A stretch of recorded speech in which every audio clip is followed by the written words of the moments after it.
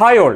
നമ്മൾ union budget, അതായത് കേന്ദ്ര സർക്കാരിൻ്റെ 2026-27 വർഷത്തേക്കുള്ള ബജറ്റിലാണ് നമ്മളിപ്പോൾ നിൽക്കുന്നത്. നിങ്ങൾക്കറിയാം, നിങ്ങൾ എല്ലാവരും ഇതുമായിട്ട് ബന്ധപ്പെട്ട ന്യൂസുകൾ, പത്രവാർത്തകൾ, മറ്റു സോഴ്സുകളൊക്കെ നിങ്ങൾക്ക് ഇതിനെക്കുറിച്ചുള്ള കാര്യങ്ങൾ കിട്ടിയിട്ടുണ്ടാകും. ഇവിടെ ഞാൻ ഉദ്ദേശിക്കുന്നത്, നമുക്ക് ഓൾറെഡി നമ്മളൊരു കേരള ബജറ്റിൻ്റെ വീഡിയോ കഴിഞ്ഞതാണ്. നമ്മളോട് ഉദ്ദേശിക്കുന്നത് നമുക്കൊരു ബജറ്റ് മൊത്തം നമ്മൾ പഠിച്ചെടുക്കുക എന്നുള്ളതല്ല. കാരണം ബജറ്റ് എന്ന് പറഞ്ഞാൽ വലിയ ബൃഹത്തായ ഒരു ഡോക്യുമെൻ്റ് ആണ്. അപ്പോൾ അതിൽ നമുക്ക് ആവശ്യമുള്ള കാര്യങ്ങൾ എന്തൊക്കെയാണ്, നമ്മൾ ഫോക്കസ് ചെയ്യേണ്ട കാര്യങ്ങൾ എന്തൊക്കെയാണ്, ഒരു PSC ഉദ്യോഗാർത്ഥി എന്ന നിലയ്ക്ക് നമ്മൾ എന്തൊക്കെ കാര്യങ്ങൾ ഊന്നൽ കൊടുക്കണം, ഈ പറയുന്ന കുറേ ഫിഗേഴ്സും അതുപോലെ കുറേ ഡാറ്റയും നമ്മൾ മഗ്ഗപ്പ് ചെയ്യേണ്ട ആവശ്യമുണ്ടോ, അങ്ങനെ നമ്മൾ കുറച്ച് കാര്യങ്ങൾ, ഏതൊക്കെ ഫിഗേഴ്സ് നമ്മൾ എടുക്കണം, ഏതൊക്കെ ഫിഗേഴ്സ് നമ്മൾ പഠിക്കേണ്ട, എന്തൊക്കെ കാര്യങ്ങൾ ഊന്നൽ കൊടുക്കണം എന്ന കാര്യങ്ങളിലേക്കാണ് നമ്മൾ ഇന്നത്തെ ഈ ഒരു സെഷൻ പോകുന്നത്. അപ്പോൾ എല്ലാവർക്കും 2026-27 യൂണിയൻ ബജറ്റിലെ പ്രധാനപ്പെട്ട കാര്യങ്ങളിലേക്ക് സ്വാഗതം. എൻ്റെ പേര് ദർവിഷ്. ഓക്കെ, അപ്പോൾ നമുക്കറിയാം 2026-27 നമുക്ക് ഓൾറെഡി ഒരു ബജറ്റ് ഇപ്പോൾ കഴിഞ്ഞുകൊണ്ടിരിക്കുകയാണ്. ആ ബജറ്റ് എന്ന് പറഞ്ഞാൽ ആ ഫിനാൻഷ്യൽ കഴിയുമ്പോൾ നമുക്ക് ആ ബജറ്റിൻ്റെ കാര്യങ്ങളൊക്കെ കഴിയും. അപ്പോൾ ഇവിടെ നമ്മൾ പോകുന്നത് 2026-27 ബജറ്റാണ്. അപ്പോൾ നിങ്ങൾക്കറിയാം, ഈ 2026-27 നമുക്കറിയാം ഇതൊരു കമ്മിങ് നമ്മുടെ ഫിനാൻഷ്യലാണ്, വരാനിരിക്കുന്ന ഒരു സാമ്പത്തിക വർഷമാണ് അല്ലേ. അതായത് 2026 ഏപ്രിൽ 1 ആരംഭിച്ചിട്ട് 2027 മാർച്ച് 30 അവസാനിക്കുന്ന ആ ഒരു ധനകാര്യ അല്ലെങ്കിൽ ഒരു സാമ്പത്തിക വർഷത്തിലേക്ക് ഗവൺമെൻറ് മുൻകൂട്ടി പ്ലാൻ ചെയ്ത് വെച്ച കുറച്ച് കാര്യങ്ങളാണ് നമ്മൾ ഡിസ്കസ് ചെയ്യുന്നത്. അപ്പോൾ ഈ ഒരു ബജറ്റിന് കുറച്ച് പ്രത്യേകതകളുണ്ട്. നമ്മൾ ബാക്കിയുള്ള ബജറ്റ് വെച്ച് നോക്കുമ്പോൾ, ഇത്രയും കാലം പ്രസൻറ്റ് ചെയ്ത ബജറ്റുകൾ വെച്ച് നോക്കുമ്പോൾ കുറച്ച് പ്രത്യേകതയുള്ള ബജറ്റുകളാണ്. ആ ബജറ്റാണ് നമ്മളിപ്പം ഡിസ്കസ് ചെയ്യാൻ പോകുന്നത് 2026-27. അപ്പോൾ എന്തൊക്കെയാണ് അതിൻ്റെ പ്രത്യേകതകൾ അല്ലെങ്കിൽ സവിശേഷതകൾ നമുക്ക് നോക്കാം. ഓക്കെ, അപ്പോൾ അതിൽ ആദ്യത്തെ കാര്യം ഞാൻ പറഞ്ഞ ബജറ്റ് എന്നുള്ള ആ ഒരു വാക്ക് തന്നെ നമുക്ക് ഊന്നൽ കൊടുക്കാം. ബജറ്റ് എന്ന് പറയുന്നത്, നിങ്ങൾക്ക് കേട്ടുന്ന ബജറ്റ് നമ്മൾ പറയുന്ന ഈ വാക്ക് വന്നിട്ടുള്ളത് ഒരു ഫ്രഞ്ച് വേർഡിൽ നിന്നാണ്. ഫ്രഞ്ച് വേർഡ് നോക്കുക, ബുഗറ്റ് അല്ലെങ്കിൽ ബുഗറ്റ് എന്ന് പറയുന്ന വേർഡിൽ നിന്നാണ് വന്നിട്ടുള്ളത്. ആ വേർഡിൽ നിന്നാണ് ബജറ്റ് എന്നുള്ള വാക്ക് ഉടലെടുത്തിട്ടുള്ളത്. എന്താണ് ഇത് അർത്ഥമാക്കുന്നത്? എന്താണ് ഈ ഒരു വാക്കുകൊണ്ട് അർത്ഥമാക്കുന്നത്? ഇത് അർത്ഥമാക്കുന്നത് ലെതർ ബാഗ്, അല്ലെങ്കിൽ നമ്മൾ നോക്കുകയാണെങ്കിൽ പൗച്ച്, അല്ലെങ്കിൽ നമ്മൾ നോക്കുകയാണെങ്കിൽ സ്യൂട്ട് കേസ്, ഇങ്ങനെയൊക്കെയുള്ള മീനിങ്ങിലാണ് നമ്മൾ ഈ ഒരു വാക്കിൻ്റെ അർത്ഥം കാണുന്നത്. അതായത് നിങ്ങൾക്കറിയാം, ഒരു കാലത്ത് സ്ഥിരമായിട്ട് നമ്മൾ ബജറ്റ് പ്രസൻറ്റ് ചെയ്യുന്ന വീഡിയോയിലൊക്കെ നമ്മൾ കണ്ടിട്ടുണ്ടാവും, ലോകസഭയിലേക്ക് വരുന്ന സമയത്ത് ഒരു സ്യൂട്ട് കേസ് അല്ലേ, ഒരു സ്യൂട്ട് കേസ് കയ്യിലിട്ടിട്ടാണ് വരാറുള്ളത്. പിന്നെ കുറച്ച് കാലങ്ങളായിട്ട് അതിന് കുറച്ച് മാറ്റങ്ങൾ വന്നു. അപ്പോൾ നമ്മൾ അർത്ഥം നോക്കുകയാണെങ്കിൽ എല്ലാം നമുക്കുണ്ട്. സ്യൂട്ട് കേസ് ആയിട്ട് വന്നിട്ടുണ്ട്, ലെതർ ബാഗ് ആയിട്ട് വന്നിട്ടുണ്ട്. ഇപ്പം നമ്മളൊരു പൗച്ച് ലൈക്ക്, ഇപ്പം നിങ്ങൾക്ക് അറിയാം, നമ്മുടെ ഫിനാൻസ് മിനിസ്റ്റർ ഒരു പൗച്ച് ലൈക്ക് ഡോക്യുമെൻ്റ് ആയിട്ടാണ് വരുന്നത്. ഡിജിറ്റൽ ബജറ്റായിട്ട് മാറിയിട്ടുണ്ട്. അപ്പം നമ്മളെ ഫിനാൻസ് മിനിസ്റ്റർ നിർമ്മല സീതാരാമൻ ഈ ഒരു ബജറ്റോട് കൂടിയിട്ട് പല കാര്യങ്ങൾ, അല്ലെങ്കിൽ ഈ പറയുന്ന പല ഒരു ചേഞ്ചസ് വരുത്താണ് ഇവിടെ ചെയ്തിട്ടുള്ളത്. ഇത് കുറച്ച് കാലമായി നമ്മൾ ഈ പറഞ്ഞ പൗച്ചിൽ ബജറ്റ് പ്രസൻറ്റേഷൻ അല്ലെങ്കിൽ ബജറ്റ് കൊണ്ടുവന്നിട്ട്. അപ്പോൾ എന്തൊക്കെയാണ് ഇതിൻ്റെ ഒരു പ്രത്യേകത? ഈ ഒരു ബജറ്റിൻ്റെ പ്രത്യേകത എന്താണ്? അപ്പോൾ 2026-27 ബജറ്റിൻ്റെ ഒരു ഏറ്റവും വലിയ പ്രത്യേകത എന്ന് വെച്ചിട്ടുണ്ടെങ്കിൽ, ഇത് ഫെബ്രുവരി 1 പ്രസിദ്ധീകരിച്ച അല്ലെങ്കിൽ പ്രസൻറ്റ് ചെയ്ത ബജറ്റ് എന്നുള്ളതല്ല. അത് നമുക്കറിയാം, നമ്മൾ പൊതുവെ പറയുന്നത് ആദ്യത്തെ, അതായത് ഫെബ്രുവരി ആദ്യത്തെ വർക്കിംഗ് ഡേ എന്നാണ് പറയാറുണ്ടായിരുന്നത്. പ്രവൃത്തി ദിവസം, അതായത് ഫെബ്രുവരി 1 ഒരു ഹോളിഡേ ആണെങ്കിൽ 2-ാം തീയതി പ്രസൻറ്റ് ചെയ്യുന്ന രീതി മനസ്സിലായല്ലോ. ഇങ്ങനെയായിരുന്നു ഉണ്ടായിരുന്നത്. നമ്മൾ 2017 മുതലാണ് ഈ ഫെബ്രുവരി 1 പ്രസൻറ്റ് ചെയ്യാൻ തുടങ്ങിയിട്ടുള്ളത്. അതുവരെ നമ്മൾ ഫെബ്രുവരിയുടെ അവസാനത്തെ പ്രവൃത്തി ദിവസം, പൊതുവെ 28 എന്നുള്ള ദിവസമാണ് ഉണ്ടാവാറുള്ളത്.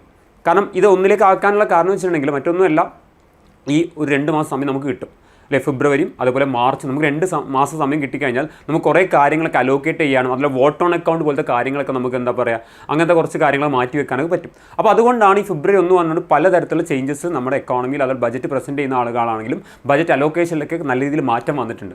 ഈ ഒരു ബജറ്റിൻ്റെ പ്രത്യേകത ഞാൻ പറയുന്നത്, ഇത് ഫെബ്രുവരി 1 പ്രസിദ്ധീകരിച്ചാണ് അല്ലെങ്കിൽ പ്രസൻറ്റ് ചെയ്താണ്. അത് ശരിയാണ്. പ്രസൻറ്റ് ചെയ്ത് നമുക്കറിയാം ആരാണ്? നമ്മുടെ ഫിനാൻസ് മിനിസ്റ്റർ നിർമ്മല സീതാരാമനാണ് അല്ലേ. അപ്പം പ്രസൻറ്റ് ചെയ്യുമ്പം ഇവിടെ പറയുന്നത് ഇതൊരു സൺഡേ എന്നുള്ള ഒരു ഡേ. നിങ്ങൾക്കറിയാം, ഫെബ്രുവരി 1 എന്ന് പറയുന്നത് ഒരു ഞായറാഴ്ചയാണ്. ഞാൻ പറഞ്ഞു, പൊതുവേ നമ്മൾ പറയാറുള്ളത് ആദ്യത്തെ പ്രവൃത്തി ദിവസം എന്നാണ് പറയാറുള്ളത്, ഫെബ്രുവരിയിലെ ആദ്യത്തെ പ്രവൃത്തി ദിവസം. പക്ഷേ ഇതൊരു ഞായറാഴ്ചയാണ്. ഈ ഞായറാഴ്ച എന്ത് ചെയ്തു? പ്രസൻറ്റ് ചെയ്തു. ഇതിൻ്റെ പ്രധാനപ്പെട്ട ലക്ഷ്യത്തിൽ നമ്മൾ ഊന്നൽ കൊടുക്കുന്നത് എന്താണ്? വികസിത ഭാരത് 2047, അതായത് ഡെവലപ്ഡ് ഇന്ത്യ 2047 എന്നുള്ളൊരു വിഷൻ മുന്നിൽ നിർത്തിയിട്ട് തന്നെയാണ് കഴിഞ്ഞ ബജറ്റിലേക്ക് നിങ്ങൾ ഇതിനെക്കുറിച്ച് കേട്ടിട്ടുണ്ടാവും. അപ്പോൾ ഇതാണ് നമ്മുടെ ഈ ഒരു ബജറ്റ്. ഇനി ഞാൻ ഈ ഫെബ്രുവരി 1 ബന്ധപ്പെട്ട കാര്യങ്ങളിലേക്ക് നമുക്ക് വരാം. ഓക്കെ, ആദ്യമായിട്ടാണ്, അതാണ് this is the first time in the history, നമ്മൾ ആദ്യമായിട്ടാണ് സൺഡേ ഒരു ബജറ്റ് പ്രസിദ്ധീകരിക്കുന്നത്. എത്ര ആത്മാർത്ഥമുള്ള ഗവൺമെൻറ് ആണല്ലേ. അതായത് ഞായറാഴ്ച ഒരു അവധി പോലും എടുക്കാതെ എന്ത് ചെയ്യുന്നു, നമുക്ക് വേണ്ടിയിട്ട് ബജറ്റ് പ്രസൻറ്റ് ചെയ്യുന്നു. അപ്പോൾ ഞായറാഴ്ച ആദ്യമായിട്ട്, ഇന്ത്യയുടെ ചരിത്രത്തിൽ ആദ്യമായിട്ട് ഞായറാഴ്ച, ഈ പറഞ്ഞ ഞായറാഴ്ച പ്രസൻറ്റ് ചെയ്ത ബജറ്റാണ് ഈ 2026-27 ബജറ്റ്. ഇനി നമ്മൾ നിർമ്മല സീതാരാമൻ എന്നുള്ള വ്യക്തിയെക്കുറിച്ച് നോക്കുകയാണെങ്കിൽ നമുക്കറിയാം, ഏറ്റവും കൂടുതൽ കാലം ബജറ്റ് അവതരിപ്പിച്ചത്, ഏറ്റവും കൂടുതൽ തവണ ബജറ്റ് അവതരിപ്പിച്ചത് മൊറാർജി ദേശായിയാണ്, 10 തവണ അല്ലേ. നിർമ്മല സീതാരാമൻ ഈ 2026-27 ബജറ്റോട് കൂടി 9 തവണ അല്ലെങ്കിൽ പ്രസൻറ്റ് ചെയ്ത് കഴിഞ്ഞു. അതായത് തൊട്ടു പിന്നിൽ മൊറാർജി ദേശായിന് തൊട്ടു പിന്നിൽ നിൽക്കുന്നുണ്ട് ആര്? നിർമ്മല സീതാരാമൻ. അതോടൊപ്പം ആരുണ്ട്? ചിദംബരം ഉണ്ട്. 9 തവണ പ്രസിദ്ധീകരിച്ച അല്ലെങ്കിൽ പ്രസൻറ്റ് ചെയ്തിട്ടുള്ള ചിദംബരം ഉണ്ട്. പക്ഷേ നിർമ്മല സീതാരാമൻ പ്രത്യേകിച്ചിട്ടുണ്ടെങ്കിൽ തുടർച്ചയായി, അതാണ് തുടർച്ചയായി ഏറ്റവും കൂടുതൽ ബജറ്റ് പ്രസിദ്ധീകരിച്ചതും അല്ലെങ്കിൽ പ്രസൻറ്റ് ചെയ്ത ആരാണ്? നിർമ്മല സീതാരാമനാണ്. നമ്മൾ നോക്കും മൊറാർജി ദേശായിൻ്റെ കേസിൽ എടുക്കുകയാണെങ്കിൽ തുടർച്ചയല്ലായിരുന്നു. 10 തവണ പ്രസിദ്ധീകരിച്ചെങ്കിൽ പോലും നമ്മൾ നോക്കുമ്പോൾ എന്തില്ല, ഈ പറയുന്ന തുടർച്ചയല്ല. അപ്പം തുടർച്ചയായി കോൺസിക്യൂട്ടീവ് ആയിട്ട് നോക്കുന്ന സമയത്ത് തുടർച്ചയായിട്ട് ഈ ബജറ്റ് അവതരിപ്പിച്ച ഏറ്റവും കൂടുതൽ ബജറ്റ് അവതരിപ്പിച്ചത് ആരാണ്? നമ്മുടെ നിലവിലെ ഫിനാൻസ് മിനിസ്റ്റർ നിർമ്മല സീതാരാമനാണ്. ഇനി അടുത്ത വർഷം പ്രസൻറ്റ് ചെയ്യുന്നതോടുകൂടി എന്ത് സംഭവിക്കും? നിർമ്മല സീതാരാമൻ ആണെങ്കിൽ 10ാം തവണയും മാറും. നമുക്കറിയാം ആ ഒരു എല്ലാ നമ്മൾ പറഞ്ഞ റെക്കോർഡുകളും തകർത്തുകൊണ്ടിരിക്കുന്ന ഒരു ബജറ്റായിട്ട് മാറും ഇനി. അപ്പോൾ ഇനി പറഞ്ഞത് ഞാൻ പറഞ്ഞു 2017 മുതലാണ് നമ്മൾ ഫെബ്രുവരി 1 പ്രസൻറ്റ് ചെയ്യാൻ തുടങ്ങിയിട്ടുള്ളത്. അരുൺ ജെയ്റ്റ്ലിയാണ് അന്ന് ആദ്യമായിട്ട് എന്ത് ചെയ്യുന്നത്? പ്രസൻറ്റ് ചെയ്യുന്നത്.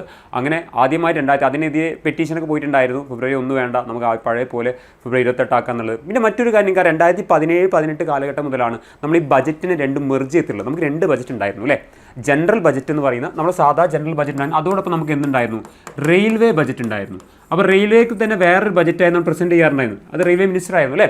അപ്പം ആ ഒരു റെയിൽവേ ബജറ്റും അതേപോലെ ഈ ജനറൽ ബജറ്റും കൂടി മെർജ് ചെയ്തതും 2017-18 കാലഘട്ടത്തിലാണ്. ഇത് ഏകദേശം ഒരു 92 ഇയേഴ്സ് കാലപ്പഴക്കമുള്ള ഒരു എന്താ പറയുക, ഒരു കീഴ്വഴക്കമായിരുന്നു എന്താ റെയിൽവേ ബജറ്റ് വേറെയും അതേപോലെ ജനറൽ ബജറ്റ് വേറെയും. അത് നമ്മൾ നോക്കണമെങ്കിൽ 1924 കാലഘട്ടത്തിൽ ആക്വർത്ത് കമ്മിറ്റി ആ ഒരു നിർദ്ദേശപ്രകാരമാണ് നമ്മളിതിനെ സ്പ്ലിറ്റ് ചെയ്യുന്നത്. പിന്നെ വീണ്ടും ഈ 2017-18 കൂടി ഇത് വീണ്ടും മെർജ് ചെയ്തിട്ട് റെയിൽവേയും അതുപോലെ ജനറൽ ബജറ്റും ഒരുമിച്ചാണ് പ്രസൻറ്റ് ചെയ്തിട്ടുള്ളത്. അത് ഇങ്ങനെ തുടർച്ചയായിട്ട് വരുന്നു. അപ്പോൾ നമ്മളിവിടെ പറയുന്ന 2-3 കാര്യങ്ങൾ ശ്രദ്ധിക്കുക. ഏറ്റവും തുടർച്ചയായിട്ട് ബജറ്റ് പ്രസൻറ്റ് ചെയ്ത ആളാണ് ആരും? ഏറ്റവും കൂടുതൽ കാലം പ്രസൻറ്റ് ചെയ്ത ആളാണ് നിർമ്മല സീതാരാമൻ. രണ്ടാമത്തെ കാര്യം, ആദ്യമായിട്ട് ഒരു ഞായറാഴ്ച പ്രസൻറ്റ് ചെയ്യുന്ന ബജറ്റാണ് ഈ 2026-27 ബജറ്റ് എന്നുള്ളതും കൂടി നമ്മൾ മനസ്സിൽ വെക്കാം. ഇനി ഞാൻ പറയുന്നത് ആരാണ് ഈ ബജറ്റിൻ്റെ പിന്നിൽ, അല്ലെങ്കിൽ നമുക്കറിയാം ഇതിൻ്റെ പ്രസൻറ്റേഷനാണ് ആര്? നമ്മുടെ ഫിനാൻസ് മിനിസ്റ്റർ ചെയ്യുന്നത്. ആരാണ് നമ്മുടെ ബജറ്റ് പ്രിപ്പയർ ചെയ്യുന്നത്? ആരാണ് ഇതിൻ്റെ, ഇപ്പോൾ നിങ്ങൾക്കറിയാം ഇത് പ്രസൻറ്റ് ചെയ്യുമ്പോൾ പല കാര്യങ്ങളും വളരെ നമ്മൾ നോക്കുന്നത് കോംപ്ലിക്കേറ്റഡ് പല ഡാറ്റ ഇതിൽ കാണാൻ പറ്റും. ഇത് ഫിനാൻസ് മിനിസ്റ്ററാണോ ചെയ്യുന്നത്? നിർമ്മല സീതാരാമൻ വീട്ടിലിരുന്നിട്ട് അല്ലെങ്കിൽ നമ്മളിപ്പോൾ ഒരു പരീക്ഷയുടെ മുന്നേ പ്രിപ്പയർ ചെയ്തിട്ട് എഴുതാൻ പോകുന്ന പോലെയാണോ? അല്ല.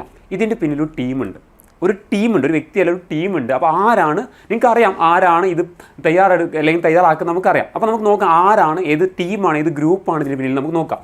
ഇതിലും ബേസിക്കലി പറയുന്നത് നമുക്കറിയാം മിനിസ്ട്രി എടുത്ത് നോക്കുകയാണെങ്കിൽ ഫിനാൻസ് മിനിസ്ട്രിയാണ്. ഈ ഫിനാൻസ് മിനിസ്ട്രിയുടെ കീഴിൽ തന്നെ എന്തുണ്ട്? നമുക്ക് ഒരു ഡിപ്പാർട്ട്മെൻറ്റ് ഉണ്ട്. ഒരു ഡിപ്പാർട്ട്മെൻ്റ് അല്ല, ഫിനാൻസ് മിനിസ്ട്രിയുടെ കീഴിൽ നിരവധി ഡിപ്പാർട്ട്മെൻറ്റ് ഉണ്ട്. ഇവിടെ പറഞ്ഞ department of economic affairs. Okay, ഏറ്റവും പ്രധാനപ്പെട്ട ഡിപ്പാർട്ട്മെൻറ്റാണ് ഡിപ്പാർട്ട്മെൻറ്റ് ഓഫ് എക്കണോമിക് അഫയേഴ്സ്. ഇതുകൂടെ department of revenue, department of expenditure, പിന്നെ നിങ്ങൾ പറയപ്പെടുന്ന ഡിപ്പാം എന്ന് പറയുന്ന department of investment public asset management, നമ്മൾ ഈ ഡിസ്ഇൻവെസ്റ്റ്മെൻറ്റ് ഒക്കെ ചെയ്യുന്ന ഡിപ്പാർട്ട്മെൻറ്റ്, അവരൊക്കെ ഈ പറയുന്ന ഡിപ്പാർട്ട്മെൻറ്റിൻ്റെ ഭാഗമായിട്ട് വരുന്ന ആളുകളാണ്. അതിൽ ഏറ്റവും പ്രധാനപ്പെട്ട ഡിപ്പാർട്ട്മെൻറ്റ് എന്താണ്? Department of economic affairs.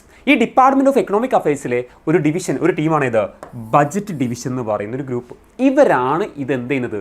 Prepare ചെയ്യുന്നത്. ഇപ്പോൾ നമ്മൾ കോളേജിലൊക്കെ പണ്ട് നമ്മൾ അസൈൻമെൻ്റ് ഒക്കെ മറ്റാരെയും കൊണ്ടൊക്കെ എഴുതിപ്പിച്ചിട്ട് നമ്മൾ സബ്മിറ്റ് ചെയ്യുന്ന പോലെ അല്ലേ, അതുപോലെ ഇത് പ്രിപ്പയർ ചെയ്യുന്ന ആരാണ്? ബജറ്റ് ഡിവിഷനാണ്.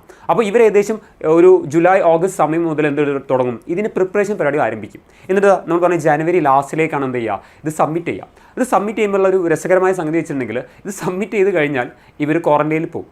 ക്വാറന്റൈനല്ല, നമ്മൾ പറഞ്ഞ പോലെ ഇവരെ കുറച്ച് കാലത്തേക്ക് എന്ത് ചെയ്യും? ഇവരെ മാറ്റി നിർത്തും. അതായത് പൊതുലോകം, പൊതുസമൂഹം, കുടുംബമായിട്ടൊന്നും ഒരു ഇടപെടാം. അതായത് നിങ്ങൾ കേട്ടിട്ടുള്ള ഒരു ഹലുവ സെറിമണി കേട്ടിട്ടുണ്ടാവും. അതായത് ഈ ബജറ്റ് പ്രിപ്പയർ ചെയ്ത് കഴിഞ്ഞിങ്ങനെ നമ്മളിതിൻ്റെ പ്രിൻറ്റിങ് പരിപാടിയൊക്കെ തുടങ്ങുന്നതിൻ്റെ ഭാഗമായിട്ട് ഹലുവ സെറിമണി നടത്തും. ഫിനാൻസ് മിനിസ്റ്റർ ഉണ്ടാവും, നിങ്ങളുണ്ടാവും, ഒരു സ്വീറ്റാണ്, ഒരു സീറ്റ് കൊടുക്കുക. ഇതിൻ്റെ പിന്നിൽ പ്രവർത്തിച്ച ആളുകൾക്കൊക്കെ ഒരു സീറ്റ് കൊടുക്കുക. സീറ്റ് കൊടുത്തിട്ട് നമ്മളിങ്ങനെ അവരെ എന്താ പറയുക, കൈയടിച്ച് പ്രോത്സാഹിച്ച് കൊണ്ടുവരില്ല. അവരെന്ത് ചെയ്യുന്നുണ്ട്? നമ്മൾ തൽക്കാലത്തേക്ക് കുറച്ച് ദിവസത്തേക്ക്, ആദ്യമാണ് ഒരു 10 ദിവസം ഉണ്ടായത്, ഇപ്പോൾ ഒരു 5 ദിവസം ഡിജിറ്റലൊക്കെ ആയതോട് കൂടിയിട്ട് ഒരു 5 ദിവസം താൽക്കാലികമായിട്ട് അവരെന്ത് ചെയ്യും? ലോക്ക് ചെയ്ത് വെക്കുന്നതൊക്കെ വെച്ചിട്ടുണ്ടെങ്കിൽ അവർക്ക് നമ്മൾ പറയുന്ന ഈ ഫോണോ മറ്റു കാര്യങ്ങളൊന്നും കൊടുക്കില്ല. ഫാമിലി ആയിട്ട് അത്ര അർജൻറ്റൊക്കെ ആണെങ്കിൽ ഇവർ മുഖാന്തരം, അതായത് ഇവരെ അറിവോട് കൂടിയിട്ട് ഫോൺ ചെയ്യാം എന്നുള്ളത് മാത്രമേ ഉള്ളൂ. കുറച്ച് കാലത്തേക്ക് മാത്രം. കാരണം നമ്മൾ ഈ ബജറ്റ് എന്ന് പറയുന്ന കാര്യം എപ്പോഴെങ്കിലും ലീക്കായി കഴിഞ്ഞാൽ, അത് ബജറ്റിൽ എന്തൊക്കെയാണുള്ളത് പ്രസൻറ്റേഷൻ നമ്മൾ ലീക്കായി കഴിഞ്ഞാൽ അത് എക്കോണമി കാര്യമായിട്ട് ബാധിക്കും. നിങ്ങൾ തന്നെ കണ്ടിട്ടുണ്ട്, നമ്മൾ ഈ ബജറ്റ് പ്രസൻറ്റ് ചെയ്തുകൂടി നമ്മൾ സ്റ്റോക്ക് മാർക്കറ്റിൽ ഇടിഞ്ഞത് കണ്ടിട്ടുണ്ട് അല്ലേ?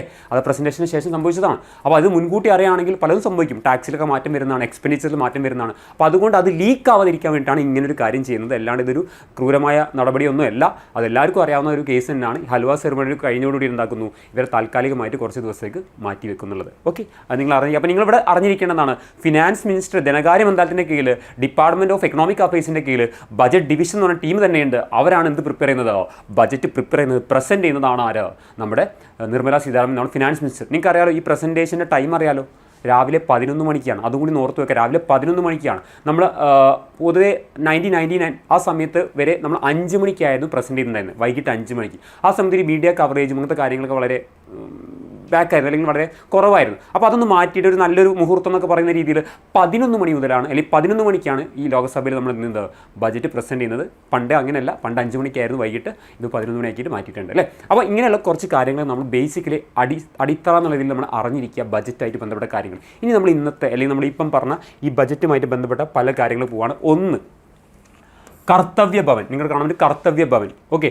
കർത്തവ്യ ഭവൻ എന്ന് പറയുന്ന ഒരു ഭവൻ, ഇവിടെയാണ് ഈ ബജറ്റ് പ്രിപ്പറേഷൻ നടന്നിട്ടുള്ളത്. കർത്തവ്യം നമ്മൾ പുതിയൊരു ഗവൺമെൻറ് സെക്രട്ടേറിയറ്റിൻ്റെ ഭാഗമായിട്ടുള്ള ബിൽഡിംഗ് ആണ്. അപ്പോൾ ഇവിടെയാണ് പൊതുവേ നമ്മൾ നടക്കാറുള്ളത്. ഇത് നോർത്ത് ബ്ലോക്കിൽ, അതായത് പാർലമെൻറ്റൊക്കെ ഭാഗമായിട്ടുള്ള നോർത്ത് ബ്ലോക്കിലാണ് നടക്കുക, സെക്രട്ടേറിയറ്റിന് അതിന് നോർത്ത് ബ്ലോക്കിൽ നടക്കാറുള്ളത്. ഇപ്പോൾ ഒരു പുതിയൊരു കെട്ടിടം നമ്മൾ നിർമ്മിച്ചിട്ടുണ്ട്, അതിൻ്റെ ഭാഗമായിട്ടുള്ള ഒരു കർത്തവ്യ ഭവനിലാണ് ഇത്. അപ്പോൾ ആദ്യമായിട്ട് കർത്തവ്യ ഭവനിൽ പ്രിപ്പയർ ചെയ്ത ബജറ്റ്, പ്രിപ്പയർ ചെയ്ത് പ്രസൻ്റ് അല്ല, പ്രിപ്പയർ ചെയ്ത ബജറ്റും 2026-27 ബജറ്റാണ്. അപ്പം first budget present in Kartavya Bhavan, inspired by 3 Kartavya. അപ്പോൾ ഇവിടെ ഈ കർത്തവ്യ ഭവൻ എന്നുള്ള ഭവൻ അവിടെ ഓൾറെഡി ഉണ്ട്. അപ്പോൾ ഒരു 3 കർത്തവ്യം, ഇവരുന്ന് ഇൻസ്പയർ 3 കർത്തവ്യം കൂടി നമ്മൾ മുന്നോട്ട് വെക്കുന്നുണ്ട്. അപ്പോൾ ആ 3 കർത്തവ്യം ജസ്റ്റ് ഒന്ന് അറിഞ്ഞിരിക്കുക. നമുക്ക് ഈ പറയുന്ന ചില കേന്ദ്ര എക്സാമുകൾക്കും അങ്ങനെയൊക്കെ വേണമെങ്കിൽ ചോദിച്ചേക്കാം. അപ്പോൾ ആ 3 കർത്തവ്യ ഊന്നിൽ കൊടുത്തിട്ടാണ് നമ്മൾ ഈ ബജറ്റിൽ ഫോക്കസ് ചെയ്യുന്നത്. അപ്പോൾ കർത്തവ്യ ഭവൻ പ്രിപ്പയർ ചെയ്ത ബജറ്റാണിത്. ഈ കർത്തവ്യം നോക്കുക. ഫസ്റ്റ് കർത്തവ്യം എന്ന് പറയുന്നത് accelerate and sustain economic growth. നമ്മുടെ എക്കണോമിക് ഗ്രോത്ത്, സാമ്പത്തിക വളർച്ച, അതിങ്ങനെ മുന്നോട്ട് പോകണം എന്നുള്ളത് തന്നെയാണ്. നമുക്ക് ചില സിറ്റുവേഷനിൽ നെഗറ്റീവ് ഗ്രോത്ത് വന്നിട്ടുണ്ട്. ഓക്കെ, അതുപോലെ സസ്റ്റെയിൻ എന്നുള്ളതാണ്, ഇങ്ങനെ ഫ്ലക്ച്വേഷൻ ഒന്നും ഇല്ലാത്ത രീതിയിലൊരു ഗ്രോത്ത് ആണ് ഇവിടെ ഫോക്കസ് ചെയ്യുന്നത്. അതാണ് കർത്തവ്യ നമ്പർ 1 എന്ന്. രണ്ടാമത്തെ കർത്തവ്യം എന്താണ്, fulfil aspiration of our people. അപ്പം ആളുകളെ മാറ്റണം. നമ്മൾ ഈ ഇന്ത്യ ഒരു ഡെവലപ്ഡ് ആവണമെങ്കിൽ ആളുകളിൽ എന്താണ് കാര്യമായിട്ട് അവർക്കുള്ള മാറ്റങ്ങൾ, അവരെ എഡ്യൂക്കേഷനും മറ്റു കാര്യങ്ങളും എല്ലാം. അപ്പോൾ ആളുകളുടെ ആഗ്രഹങ്ങൾക്കനുസരിച്ച് നമ്മൾ ആസ്പിറേറ്റഡ് സ്റ്റേറ്റുകളൊക്കെ നമ്മൾ പറയാറുണ്ട് അല്ലേ.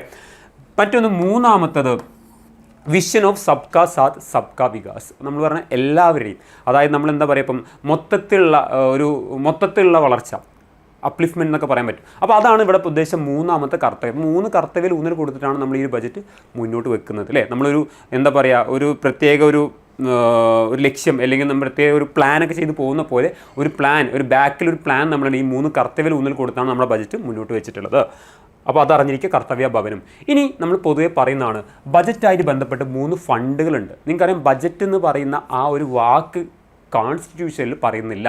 നമുക്ക് ബജറ്റിന് പകരം കൊടുക്കുന്ന പേര് ആനുവൽ ഫിനാൻഷ്യൽ സ്റ്റേറ്റ്മെൻറ്റ് എന്നുള്ളതാണ്.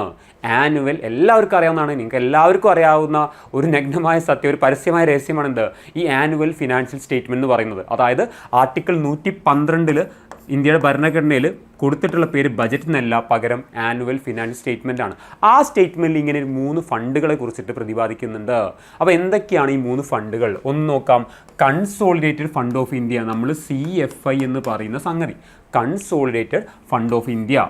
മറ്റു നോക്കിയേ, പബ്ലിക് അക്കൗണ്ട് ഓഫ് ഇന്ത്യ. മൂന്നാമത്തത് കണ്ടിജൻസി ഫണ്ട് ഓഫ് ഇന്ത്യ. ഇത് 3 ഭരണഘടനയിൽ പറയുന്നുണ്ട്. നമ്മൾ പറഞ്ഞ പോലെ ഇത് ആർട്ടിക്കിൾ 112 ആനുവൽ ഫിനാൻഷ്യൽ സ്റ്റേറ്റ്മെൻറ്റ് എന്നുള്ള പേരിൽ ആരറിയപ്പെടുന്നത്, ബജറ്റ് അറിയപ്പെടുന്നത്. ഇപ്പോൾ നമ്മളൊരാളുടെ വീട്ടിൽ പോയിട്ട് അന്വേഷിച്ച ഒരാളുടെ നിക് നെയിം ചോദിച്ചാലേ ചില വീട്ടുകാർക്ക് അറിയുള്ളൂ, പുറത്തുനിന്ന് വിളിക്കുന്ന പേരായിരിക്കില്ല. അതുപോലെ ബജറ്റ് പുറത്തറിയപ്പെടുന്ന പേരാണ്. കോൺസ്റ്റിറ്റ്യൂഷനിൽ പോയി ചോദിച്ചാൽ ബജറ്റ് എന്ന് പറഞ്ഞ ആളെ കാണാൻ പറ്റില്ല, നിങ്ങൾക്ക് ആരെ കാണാൻ പറ്റുള്ളൂ, ആനുവൽ ഫിനാൻഷ്യൽ സ്റ്റേറ്റ്മെൻറ്റേ കാണാൻ പറ്റുള്ളൂ. അപ്പോൾ എന്താണ് ഈ 3 ഫണ്ടുകൾ, എന്തൊക്കെയാണ് ഈ ഫണ്ടിലുള്ളത്? നമുക്ക് ഫണ്ട് എന്ന് പറഞ്ഞാൽ ഒരു പൂളാണ്, അല്ലെങ്കിൽ നമുക്ക് അതിൽ കുറച്ച് എമൗണ്ട് ഉണ്ടാവും അല്ലേ. നമ്മൾ ബജറ്റ് എന്ന് പറഞ്ഞാൽ ഈ നിങ്ങൾക്കറിയാം, ബജറ്റ് എന്ന് പറഞ്ഞാൽ ഒരു ആനുവൽ ഫിനാൻഷ്യൽ സ്റ്റേറ്റ്മെൻറ്റ് ആണ്, showing expected income and expenditure of the government ഒക്കെ നമ്മൾ ഡിഫൈൻ ചെയ്ത് പഠിക്കുന്നുണ്ട്. അതായത് ഗവൺമെൻറ്റിൻ്റെ പ്രതീക്ഷിത വരുമാനവും പ്രതീക്ഷിച്ച ചെലവും കാണിക്കുന്ന ഒരു ധനകാര്യ രേഖയാണ് ബജറ്റ് നമ്മൾ പഠിക്കുന്നുണ്ട്. അപ്പോൾ ഈ പറയുന്ന വരുമാനം, ചെലവ്, ഇങ്ങനത്തെ കാര്യങ്ങളൊക്കെ എവിടെയാണ്? അതിൻ്റെ ഭാഗമായിട്ടാണ് ഇങ്ങനെ 3 ഫണ്ടുകൾ നമ്മൾ സെറ്റ് ചെയ്ത് വെച്ചിട്ടുള്ളത്. ഇതിനും ആർട്ടിക്കിൾ നോക്കുകയാണെങ്കിൽ ആർട്ടിക്കിൾ ഉണ്ട്, നമുക്ക് നോക്കാം. ആർട്ടിക്കിൾ എന്ന് പറയുകയാണെങ്കിൽ ഇപ്പോൾ ഇവിടെ നമ്മൾ നോക്കുകയാണെങ്കിൽ 266 ആർട്ടിക്കിൾ 266 ഇതിനെക്കുറിച്ച് പറയുന്നത്. ക്ലോസ് 1 എന്നൊക്കെ വേണമെങ്കിൽ പറയാം. ആർട്ടിക്കിൾ 266 ഈ പബ്ലിക് അക്കൗണ്ട് ഓഫ് ഇന്ത്യ പറയുന്നത് 266 ക്ലോസ് 2 പബ്ലിക് അക്കൗണ്ട് ഓഫ് ഇന്ത്യയെക്കുറിച്ച് പറയുന്നത്. ഇതെടുത്ത് നോക്കുകയാണെങ്കിൽ 267 ഇതും വേണമെങ്കിൽ ക്ലോസ് 1 ഈ കണ്ടിജൻസി ഫണ്ട് ഓഫ് ഇന്ത്യ എന്ന് പറയുന്നത്. അപ്പോൾ ഞാൻ ആദ്യം ജസ്റ്റ് നമുക്ക് എന്താണ് ഈ 3 ഫണ്ടുകൾ എന്നുള്ള വളരെ ചുരുങ്ങിയ രീതിയിൽ ഞാൻ പറയുന്നു. കൺസോൾട്ടഡ് ഫണ്ട് എന്ന് പറഞ്ഞാൽ പ്രധാനപ്പെട്ട സർക്കാരിലേക്ക് വരുന്ന ഈ പറയുന്ന ടാക്സസും അതേപോലെ ലോണുകളും ഇതൊക്കെ കാണിക്കുന്ന ഇതൊക്കെ വരുന്നൊരു ഫണ്ടാണ് ഈ കൺസോൾട്ടഡ് ഫണ്ട്. ഇവിടുന്ന് നമ്മൾ പൈസ എടുക്കണമെങ്കിൽ പാർലമെൻറ്റ് പെർമിഷൻ വേണം. അപ്പോൾ പാർലമെൻറ്റ് പെർമിഷനോട് കൂടി മാത്രമേ ഈ ഫണ്ടിൽ നിന്ന് ഈ പൂളിൽ നിന്ന് എന്തെടുക്കാൻ പറ്റുള്ളൂ, സർക്കാരിന് പൈസ എടുക്കാൻ പറ്റുള്ളൂ എന്ന് അറിഞ്ഞിരിക്കുക. അപ്പോൾ അതാണ് ഇവിടെ. പക്ഷേ അവിടെ എക്സെപ്ഷൻ ഉണ്ടെന്ന് അറിഞ്ഞിരിക്കുക. നിങ്ങൾക്കറിയാം പാർലമെൻറ്റിൽ എല്ലാ കാര്യത്തിനും പെർമിഷൻ്റെ ആവശ്യമില്ല. ഇതിൽ തന്നെയാണ് നമ്മളെ ജഡ്ജസിൻ്റെ ഒക്കെ സാലറി ഒക്കെ എടുക്കുന്നത്. അപ്പോൾ അതിനെന്തിൻ്റെ ആവശ്യമില്ല, പാർലമെൻറ്റ് പെർമിഷൻ ആവശ്യമില്ല. അതല്ലാതെ ബാക്കി എന്ത് നമ്മൾ നോക്കുകയാണെങ്കിലും ഇതെന്ന് എടുക്കുന്നെങ്കിൽ എന്ത് വേണം, പാർലമെൻറ്റ് പെർമിഷൻ മുൻകൂട്ടി വേണം എന്ന് അറിഞ്ഞിരിക്കുക. അതാണ് കൺസോൾട്ട് പ്രധാനപ്പെട്ട ഒരു ഫണ്ടാണ്. കൂടുതൽ പൈസ കാണുന്നത് ഇതിലാണെന്ന് അറിഞ്ഞിരിക്കുക. മറ്റൊന്നാണ് പബ്ലിക് അക്കൗണ്ട് ഓഫ് ഇന്ത്യ. ഈ പേര് പോലെ തന്നെ പബ്ലിക് അക്കൗണ്ടാണ്. നമ്മളെ പൈസ എന്ന് വിചാരിച്ചാൽ മതി. അതായത് സർക്കാർ നമ്മുടെ പൈസ അവരുടെ കയ്യിലുണ്ട്. ഇപ്പോൾ പ്രൊവിഡൻറ്റ് ഫണ്ടായിട്ടും സ്മോൾ സേവിംഗ് ആയിട്ടും ഇങ്ങനെയുള്ള ചെറിയ ഇതൊക്കെ നമ്മുടെ പൈസയാണ്. PF ഒക്കെ നമ്മുടെ പൈസയാണ്. അത് സർക്കാർ ബാങ്കറായിട്ട് പ്രവർത്തിക്കുന്നു. നമുക്ക് ആവശ്യാനുസരിച്ചുള്ള സമയത്ത് അത് നമ്മളിലേക്ക് എത്തിക്കുന്നു. ഇപ്പോൾ നിങ്ങൾ PF നിങ്ങൾക്ക് എപ്പോഴാണോ ആ സമയത്ത് ആ PF പൂളിൽ നിന്ന് എന്ത് ചെയ്യും, ഇതിന്ന് ഈ പബ്ലിക് അക്കൗണ്ടിൽ നിന്ന് നിങ്ങളുടെ കയ്യിലേക്ക് എന്തെത്തും, PF എത്തും. ഇതിന് ആലോചിച്ചാൽ പോരെ, നമുക്ക് പാർലമെൻറ്റ് അപ്രൂവൽ വേണോ? നിങ്ങൾ ഓരോ ആളുകളും PF എടുക്കുന്നതിനും സ്മോൾ സേവിംഗ് വിഡ്രോ ചെയ്യുന്നതിനൊക്കെ പാർലമെൻറ്റ് അപ്രൂവൽ വേണോ? വേണ്ട. അപ്പോൾ ഇതിനെന്തിൻ്റെ ആവശ്യമില്ല, പാർലമെൻറ്റ് അപ്രൂവലിൻ്റെ ആവശ്യമില്ല. മൂന്നാമത് കണ്ടീജൻസിയാണ്. പേര് പോലെ തന്നെയാണ് ഇതൊരു എമർജൻസി ഫണ്ടാണ്. നമ്മളിപ്പോൾ അറിയാം എന്തെങ്കിലും അൺഫോർസീൻ കണ്ടീഷൻ നമ്മൾ മുൻകൂട്ടി കാണാം അല്ലെങ്കിൽ സംഭവിക്കുകയാണ്. ഇപ്പോൾ നമുക്കറിയാം കോവിഡ് വന്നിട്ടുണ്ട്. ഇപ്പോൾ കേരളത്തിൻ്റെ കേസ് എടുക്കുകയാണെങ്കിൽ നമുക്ക് ഈ വെള്ളപ്പൊക്കം വന്നിട്ടുണ്ട്. ഇനി മറ്റു പല സ്റ്റേറ്റിലും നമ്മൾ പറഞ്ഞ പോലെ ഈ ഉരുൾപൊട്ടലും അതുപോലെ മറ്റുള്ള എന്തെങ്കിലും കലാമിറ്റീസോ ഒരു എമർജൻസി വരാണ്, അൺഎക്സ്പെക്റ്റഡ് ആയിട്ടുള്ള ഒരു ചിലവരാണ്, ഒരു അൺഫോർസീൻ പ്രശ്നം വരാണ്. അപ്പോൾ അങ്ങനെ വരുന്ന സമയത്ത് നമ്മൾ എടുക്കുന്ന ഫണ്ടാണ് എവിടെ നിന്നാണ് എടുക്കുക, കണ്ടീജൻസി ഫണ്ടിൽ നിന്ന് എടുക്കുക. ഇതിലുള്ള പൈസ എത്രയാണ്, ഇതിൽ 30,000 കോടി രൂപയുണ്ട്. ഈ ഫണ്ടിൽ 30,000 കോടി രൂപയുണ്ട്. ആദ്യം അതായത് കുറച്ച് വർഷങ്ങൾക്ക് മുന്നേ ഇതിൽ 500 കോടിയായിരുന്നു. പാൻഡമിക്കിന് ശേഷം ബജറ്റിൽ എന്ത് ചെയ്തു, ഇത് മാറ്റാൻ പറഞ്ഞു. അങ്ങനെ ഈ 500 കോടിയിൽ എന്താക്കി മാറ്റി, 30,000 കോടിയാക്കി മാറ്റി. ഈ ഫണ്ടിന് പ്രത്യേകത ഉണ്ട്. ഇപ്പം നിങ്ങളൊരു പെട്ടെന്നൊരു ഗവൺമെൻറ് എന്ത് ചെയ്യാണ്, ഇന്ന് പൈസ എടുക്കുകയാണ്. ഇന്ന് ഉദാഹരണത്തിന് ഒരു 10,000 കോടി എടുക്കുകയാണ്. ഒരു 10,000 കോടി എടുത്തു കഴിഞ്ഞാൽ ഇതിൽ എത്ര പൈസയായി, 20,000 കോടി മാത്രമേ ബാക്കി നിൽക്കുന്നുള്ളൂ. ഓക്കെ, ഈ 10,000 കോടി എടുത്ത് നമ്മൾ എന്തെങ്കിലും പ്രശ്നത്തിന് വേണ്ടി പെട്ടെന്നുണ്ടായ പ്രശ്നത്തിന് നമ്മൾ പരിഹാരം കണ്ടെത്താണ്. പിന്നെ നമ്മൾ ഈ പാർലമെൻറ്റ് അപ്രൂവൽ കേസ് എടുക്കുമ്പോൾ അത് ഇതിന് ശേഷം മതി. അതായത് നമ്മൾ പറയുന്നത് സബ്സിക്വൻ്റ്ലി കിട്ടിയാൽ മതി. ഓൾറെഡി പെട്ടെന്നൊരു പ്രശ്നം ഉണ്ടാകും, പാർലമെൻറ്റ് കൂടാനോ അല്ലെങ്കിൽ അപ്രൂവൽ കിട്ടാനോ ബുദ്ധിമുട്ടാണ്. അപ്പോൾ പൊതുവേ ഈ ഫണ്ട് എടുത്തതിന് ശേഷം നമുക്ക് പിന്നെ അപ്രൂവൽ കിട്ടിയാൽ മതി. പിന്നെ ഞാൻ പറഞ്ഞ പോലെ ഈ 20,000 ആയിൽ കുറഞ്ഞിട്ടുണ്ടെങ്കിൽ അത് ഉടനെ തന്നെ എന്ത് ചെയ്യണം, റീഫിൽ ചെയ്യണം. ഇത് നമ്മൾ 10,000 5,000 ഇനി 100 കോടി എടുത്താൽ പോലും ആ 30,000 ആക്കിയിട്ട് ആ പൂൾ അല്ലെങ്കിൽ ആ ഫണ്ടിന് നമ്മൾ എന്ത് ചെയ്യണം, ഫില്ല് ചെയ്ത് നിറച്ച് വെക്കണം അല്ലേ. അതുപോലെയാണ് ഈ കണ്ടിജൻസി ഫണ്ട് വർക്ക് ചെയ്യുന്നത്. പാർലമെൻറ്റ് അപ്രൂവൽ വേണം എന്ന് നമ്മൾ പറയുന്നത് എന്താണ്, ഇതിന് ശേഷം മതി. അപ്പോൾ ഇതാണ് ഈ 3 ഫണ്ടുകൾ. ജസ്റ്റ് ഒന്ന് അറിഞ്ഞിരിക്കുക. ആർട്ടിക്കിളൊന്നും അല്ലെങ്കിൽ പോലും ജസ്റ്റ് ഇങ്ങനെ 3 ഫണ്ടുകൾ നമ്മൾ ആനുവൽ ഫിനാൻഷ്യൽ സ്റ്റേറ്റ്മെൻറ്റിൽ പ്രതിപാദിക്കുന്നുള്ളത് നിങ്ങൾ അറിഞ്ഞിരിക്കുക. ഇനി മറ്റൊരു പ്രധാനപ്പെട്ട കാര്യം ഞാൻ പറയുന്നത്, ഈ ഫിനാൻസ് സ്റ്റേറ്റ്മെൻറ്റിൽ 3 സെറ്റ് കാണാൻ പറ്റും. ആ 3 സെറ്റിൽ നമ്മൾ നോക്കുകയാണെങ്കിൽ 3 വർഷത്തെ കാര്യങ്ങൾ, അതായത് 3 ഇയർ മാത്രമേ ഇതിൽ കാണിക്കാൻ പറ്റുള്ളൂ. ഓക്കെ, ഇതിൽ നമ്മൾ കാണിക്കുന്നുള്ളൂ 3 ഇയർ മാത്രമേ ഇതിൽ കാണിക്കുന്നുള്ളൂ. 3 ഇയർ. ഓക്കെ, അതായത് 4 ഫിഗറും 3 ഇയറും. ഒന്ന് ആലോചിക്കുക, 4 ഫിഗർ 3 ഇയർ. അപ്പോൾ നിങ്ങൾ ശ്രദ്ധിക്കുക, നിങ്ങൾ ഇപ്പോൾ ഇത് കാണുന്ന ആളുകൾ നിങ്ങൾ ശ്രദ്ധിക്കുക, നിങ്ങളിപ്പം നമ്മളിത് കാണുന്നത് ഫെബ്രുവരിയിലാണ് ആണല്ലോ. നമുക്ക് ബജറ്റ് പ്രസൻറ്റ് ചെയ്യുന്ന ഡേറ്റ് ആലോചിക്കാം. നമുക്കറിയാം ബജറ്റ് പ്രസൻറ്റ് ഡേറ്റ് ഫെബ്രുവരി 1, 2026 ആണ്.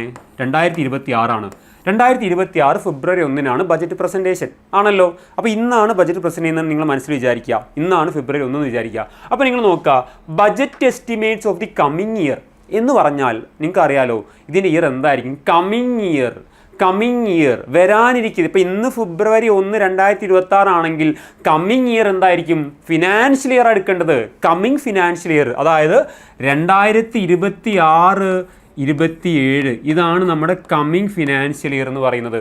ബജറ്റ് എസ്റ്റിമേറ്റ് എന്ന് പറഞ്ഞാൽ നമ്മൾ വരാനിരിക്കുന്ന വർഷത്തിൽ നമ്മൾ കാണുന്ന റവന്യൂ ഇത്ര റവന്യൂ കിട്ടും, ഇത്ര എക്സ്പെൻഡിച്ചറൊക്കെ ആയിരിക്കും എന്നൊക്കെ പറയുന്ന എസ്റ്റിമേറ്റ് ആണ് ഈ പറയുന്ന ബജറ്റ് എസ്റ്റിമേറ്റ് എന്ന് പറയുന്നത്. വരാനിരിക്കുന്നത് ഇത് ഈ പൈസ കിട്ടി തുടങ്ങിയിട്ടില്ല, ഈ പൈസ കിട്ടാൻ പോകുന്നുള്ളൂ അല്ലേ. അപ്പോൾ ഈ പൈസ ഈ ചിലവുകളൊക്കെ സംഭവിക്കാൻ പോകുന്നുള്ളൂ. അപ്പോൾ അതാണ് പറഞ്ഞത് കമ്മിങ് ഇയർ എന്ന് പറയുന്നത്. ഇനി അടുത്ത് നോക്കിയേ, budget estimates of the current year. ഞാൻ പറഞ്ഞു നമ്മൾ ബജറ്റ് പ്രസൻറ്റ് ചെയ്യുന്നത് 2026 ഫെബ്രുവരി 1 അപ്പോൾ ഈ ഫെബ്രുവരി 1, 2026 ഏത് ഫിനാൻഷ്യലിൻ്റെ ഭാഗമാണ്, ഏത് സാമ്പത്തിക വർഷത്തിൻ്റെ ഭാഗമാണ്? അതെ, 2025-26 ഭാഗമാണ്. 2025-26 അതാണ് കറണ്ട് ഇയർ. കറണ്ട് ഇയർ എന്ന് പറഞ്ഞാൽ 25-26 ഇത് മാർച്ച് 31 ആവേണ്ട ഈ ഇയർ കഴിയണമെങ്കിൽ മാർച്ച് 31 ആകുമ്പോഴല്ലേ ഈ ഫിനാൻഷ്യൽ ഇയർ കഴിയുക. അപ്പോൾ അതാണ് ഈ കറണ്ട് ഇയർ എന്ന് പറയുന്നത്. അടുത്ത് നോക്കുക, revised estimate of the current year. അപ്പോൾ ഇവിടെ വീണ്ടും കറണ്ട് ഇയർ പറഞ്ഞത്, റിവൈസ്ഡ് എസ്റ്റിമേറ്റ്. അപ്പോൾ കറണ്ട് ഇയർ എന്ന് പറയുമ്പോൾ 2025 അതേപോലെ 2026 നമ്മളിപ്പോൾ പറഞ്ഞ സെയിം ഇയർ തന്നെയാണ് പറയുന്നത്. പക്ഷെ ഇവിടെ നോക്കുക, ഇവിടെ പറഞ്ഞത് ബജറ്റ് എസ്റ്റിമേറ്റ്സ് ആണ്, ഇവിടെ പറഞ്ഞ റിവൈസ്ഡ് എസ്റ്റിമേറ്റ് ആണ്. നമ്മൾ പറഞ്ഞ ബജറ്റ് ഇപ്പം അന്ന് കഴിഞ്ഞ 2025 ഫെബ്രുവരി 1 ബജറ്റ് പ്രസൻറ്റ് ചെയ്യുമ്പോൾ അന്ന് നമ്മൾ പറഞ്ഞിട്ടുണ്ടാവും ഇതൊക്കെയാണ് കമ്മിങ് ഇയറിൻ്റെ കാര്യങ്ങൾ, അതൊക്കെയാണ് ഈ ബജറ്റ് എസ്റ്റിമേറ്റിൽ പറയുന്നത്. റിവൈസ്ഡ് എന്ന് പറഞ്ഞിട്ടുണ്ടെങ്കിൽ ഇപ്പോൾ ഇത്രയും ദിവസങ്ങൾ ഇത്രയും മാസങ്ങൾ കഴിഞ്ഞല്ലോ, ഫെബ്രുവരി 1 എത്തിയല്ലോ. അപ്പം നമ്മൾ പറഞ്ഞ ഈ അലോക്കേഷനും കാര്യങ്ങളൊക്കെ ചിലപ്പോൾ കറക്റ്റ് റവന്യൂ കിട്ടും, ചിലപ്പോൾ റവന്യൂ നമ്മൾ വിചാരിച്ചതിനേക്കാൾ കിട്ടുന്നത് കുറഞ്ഞിട്ടുണ്ടാവും. അപ്പോൾ അതാണ് റിവൈസ് ചെയ്ത സാധനം. ഉദാഹരണം പറയാം, ഇപ്പം നിങ്ങൾ ഒരു സാധനം പ്ലാൻ ചെയ്യാണ്, അടുത്ത എക്സാമിന് ഞാൻ ഇതൊക്കെ പഠിക്കും എന്നൊക്കെ പറഞ്ഞ് പ്ലാൻ ചെയ്തൊക്കെ സെറ്റാക്കി വെക്കാണ്. നിങ്ങൾ എക്സാം കഴിഞ്ഞ് നോക്കിയപ്പോൾ റിവിഷൻ നോക്കിയ സമയത്ത് ഇതൊന്നും പഠിച്ചിട്ടില്ല, ചില കാര്യം പഠിച്ചില്ല, ചിലപ്പോൾ അധികം പഠിച്ചിട്ടുണ്ടാവും. കിട്ടിയല്ലോ ലോജിക്ക്. അതാണ് ഈ റിവൈസ് എന്ന് പറഞ്ഞാൽ. മുൻകൂട്ടി പറഞ്ഞ കാര്യങ്ങളാണ് നമ്മൾ ബജറ്റിൽ പറയുക. ഓക്കെ, അത് നടന്നു കഴിഞ്ഞ് തിരിഞ്ഞ് നോക്കുമ്പോൾ ഇതൊക്കെയാണ് ഈ കാര്യങ്ങൾ. പക്ഷേ നിങ്ങൾ മനസ്സിലാക്കേണ്ടത് ഇയർ കംപ്ലീറ്റ് കഴിഞ്ഞിട്ടില്ല. ഫെബ്രുവരി 1 നിൽക്കുന്നത്, മാർച്ച് 31 ആവണം കംപ്ലീറ്റ് കഴിയണമെങ്കിൽ. ഓക്കെ, പക്ഷേ കംപ്ലീറ്റ് കഴിഞ്ഞൊരു ഇയർ നമ്മുടെ കയ്യിലുണ്ട്. ആ കംപ്ലീറ്റ് കഴിഞ്ഞ ഇയർ ആണ് നമ്മൾ എന്ത് പറയുക, ആക്ച്വൽ ഫിഗർ എന്ന് പറയാം. നമ്മുടെ കയ്യിൽ കംപ്ലീറ്റ് കഴിഞ്ഞ ഇയർ ആകെയുള്ളത് ഏതാണ്, actual figure of previous year. ഇപ്പം നിൽക്കുന്ന ഇയർ ഏതാ, 2026 അല്ലേ, അതായത് 25-26 ധനകാര്യ അല്ലെങ്കിൽ സാമ്പത്തിക വർഷമല്ലേ, 25-26 ഫിനാൻഷ്യൽ ഇയർ അല്ലേ നമ്മളിപ്പോൾ നിൽക്കുന്ന ബജറ്റ് പ്രസൻറ്റ് ചെയ്യുന്നത്. അപ്പോൾ പ്രീവിയസ് എന്ന് പറഞ്ഞാൽ എന്തായിരിക്കും, 2025-26 തൊട്ട് മുന്നത്തെ ഫിനാൻഷ്യൽ എന്താണ്, 2024-25. അതെ, 2024-25 ഇതിൻ്റെ മാത്രം ആക്ച്വൽ ഫിഗർ നമ്മുടെ കയ്യിലുണ്ടാവും. ബാക്കിയൊന്നും നമ്മുടെ ആക്ച്വൽ ഫിഗർ ആയിട്ടില്ല. ഞാൻ പറഞ്ഞു, ഈ റിവൈസ്ഡ് ആണെങ്കിലും ഈ ബജറ്റ് എസ്റ്റിമേറ്റ് ആണെങ്കിലും റിവൈസ് എസ്റ്റിമേറ്റ് ആണെങ്കിലൊക്കെ നമ്മൾ നോക്കുമ്പോൾ എന്താണ്, ഈ പറഞ്ഞ കാര്യങ്ങളൊക്കെ നമുക്ക് എന്തായിട്ടില്ല, പൂർണ്ണമായിട്ട് നമ്മുടെ കയ്യിലേക്ക് എത്തിയിട്ടില്ല. ഈ ഒരു ഫിനാൻഷ്യൽ കഴിയുന്നവരെ നമ്മുടെ കയ്യിൽ പൂർണ്ണമായിട്ട് എത്തിയിട്ടില്ല. പൂർണ്ണമായിട്ടുള്ള ആകെ ഡാറ്റ ഏതാണ്, 2024-25 ഡാറ്റയാണ്. അപ്പോൾ ഇങ്ങനെയുള്ള 3 വർഷങ്ങൾ 4 സെറ്റ് ഫിഗർ ഉണ്ടാവുന്നു. ഒന്ന് ഓർത്ത് വെക്കുക, അറിഞ്ഞിരിക്കുക, നല്ലതാണ്. ഞാൻ അതിൻ്റെ ഒരു ശരിക്കുള്ള ഡാറ്റ നിങ്ങൾ മുന്നിലേക്ക് തരാം. ഇതാണ് annual financial statement budget at glance എന്ന് പറഞ്ഞാൽ നമ്മളെ നിലവിലെ ഡോക്യുമെൻറ്റിൽ കാണിച്ചില്ലെങ്കിൽ കാണാൻ പറ്റുക.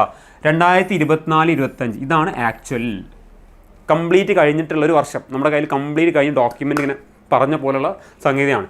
ബജറ്റ് എസ്റ്റിമേറ്റ് 2025-26 ബജറ്റ് എസ്റ്റിമേറ്റിനാണ്. അന്ന് നമ്മൾ ബജറ്റ് പ്രസൻറ്റ് ചെയ്യുമ്പോൾ പറഞ്ഞിട്ടുണ്ടായിരുന്നു 25-26 വർഷത്തിൽ ഇന്നൊക്കെ വരുമാനം കിട്ടും, ഇന്ന എക്സ്പെൻഡിച്ചർ ഉണ്ടാവും എന്നൊക്കെ പറഞ്ഞതാണ് ഈ ബജറ്റ് എസ്റ്റിമേറ്റ്. ഇനി അതിന് ശരിക്കും സംഭവിച്ചതാണ് ഇത് റിവൈസ്ഡ് എസ്റ്റിമേറ്റ് എന്ന് പറയുന്നത് 2025-26. പക്ഷേ ഇത് നമുക്ക് പൂർണ്ണമായിട്ടില്ല. നമ്മൾ നിൽക്കുന്ന ഫെബ്രുവരിയിലാണ്, ഇനിയുണ്ട് നമുക്ക് മാർച്ച് ഉണ്ട് അല്ലേ. അപ്പോൾ അതാണ് റിവൈസ്ഡ് എസ്റ്റിമേറ്റ്. ഇനി ഇതാണ് നമ്മളെ ശരിക്കും നമ്മൾ പറയാൻ പോകുന്ന പല കാര്യങ്ങളും നമ്മൾ ഡിസ്കസ് ചെയ്യുന്നത് ബജറ്റ് എസ്റ്റിമേറ്റിലാണ്.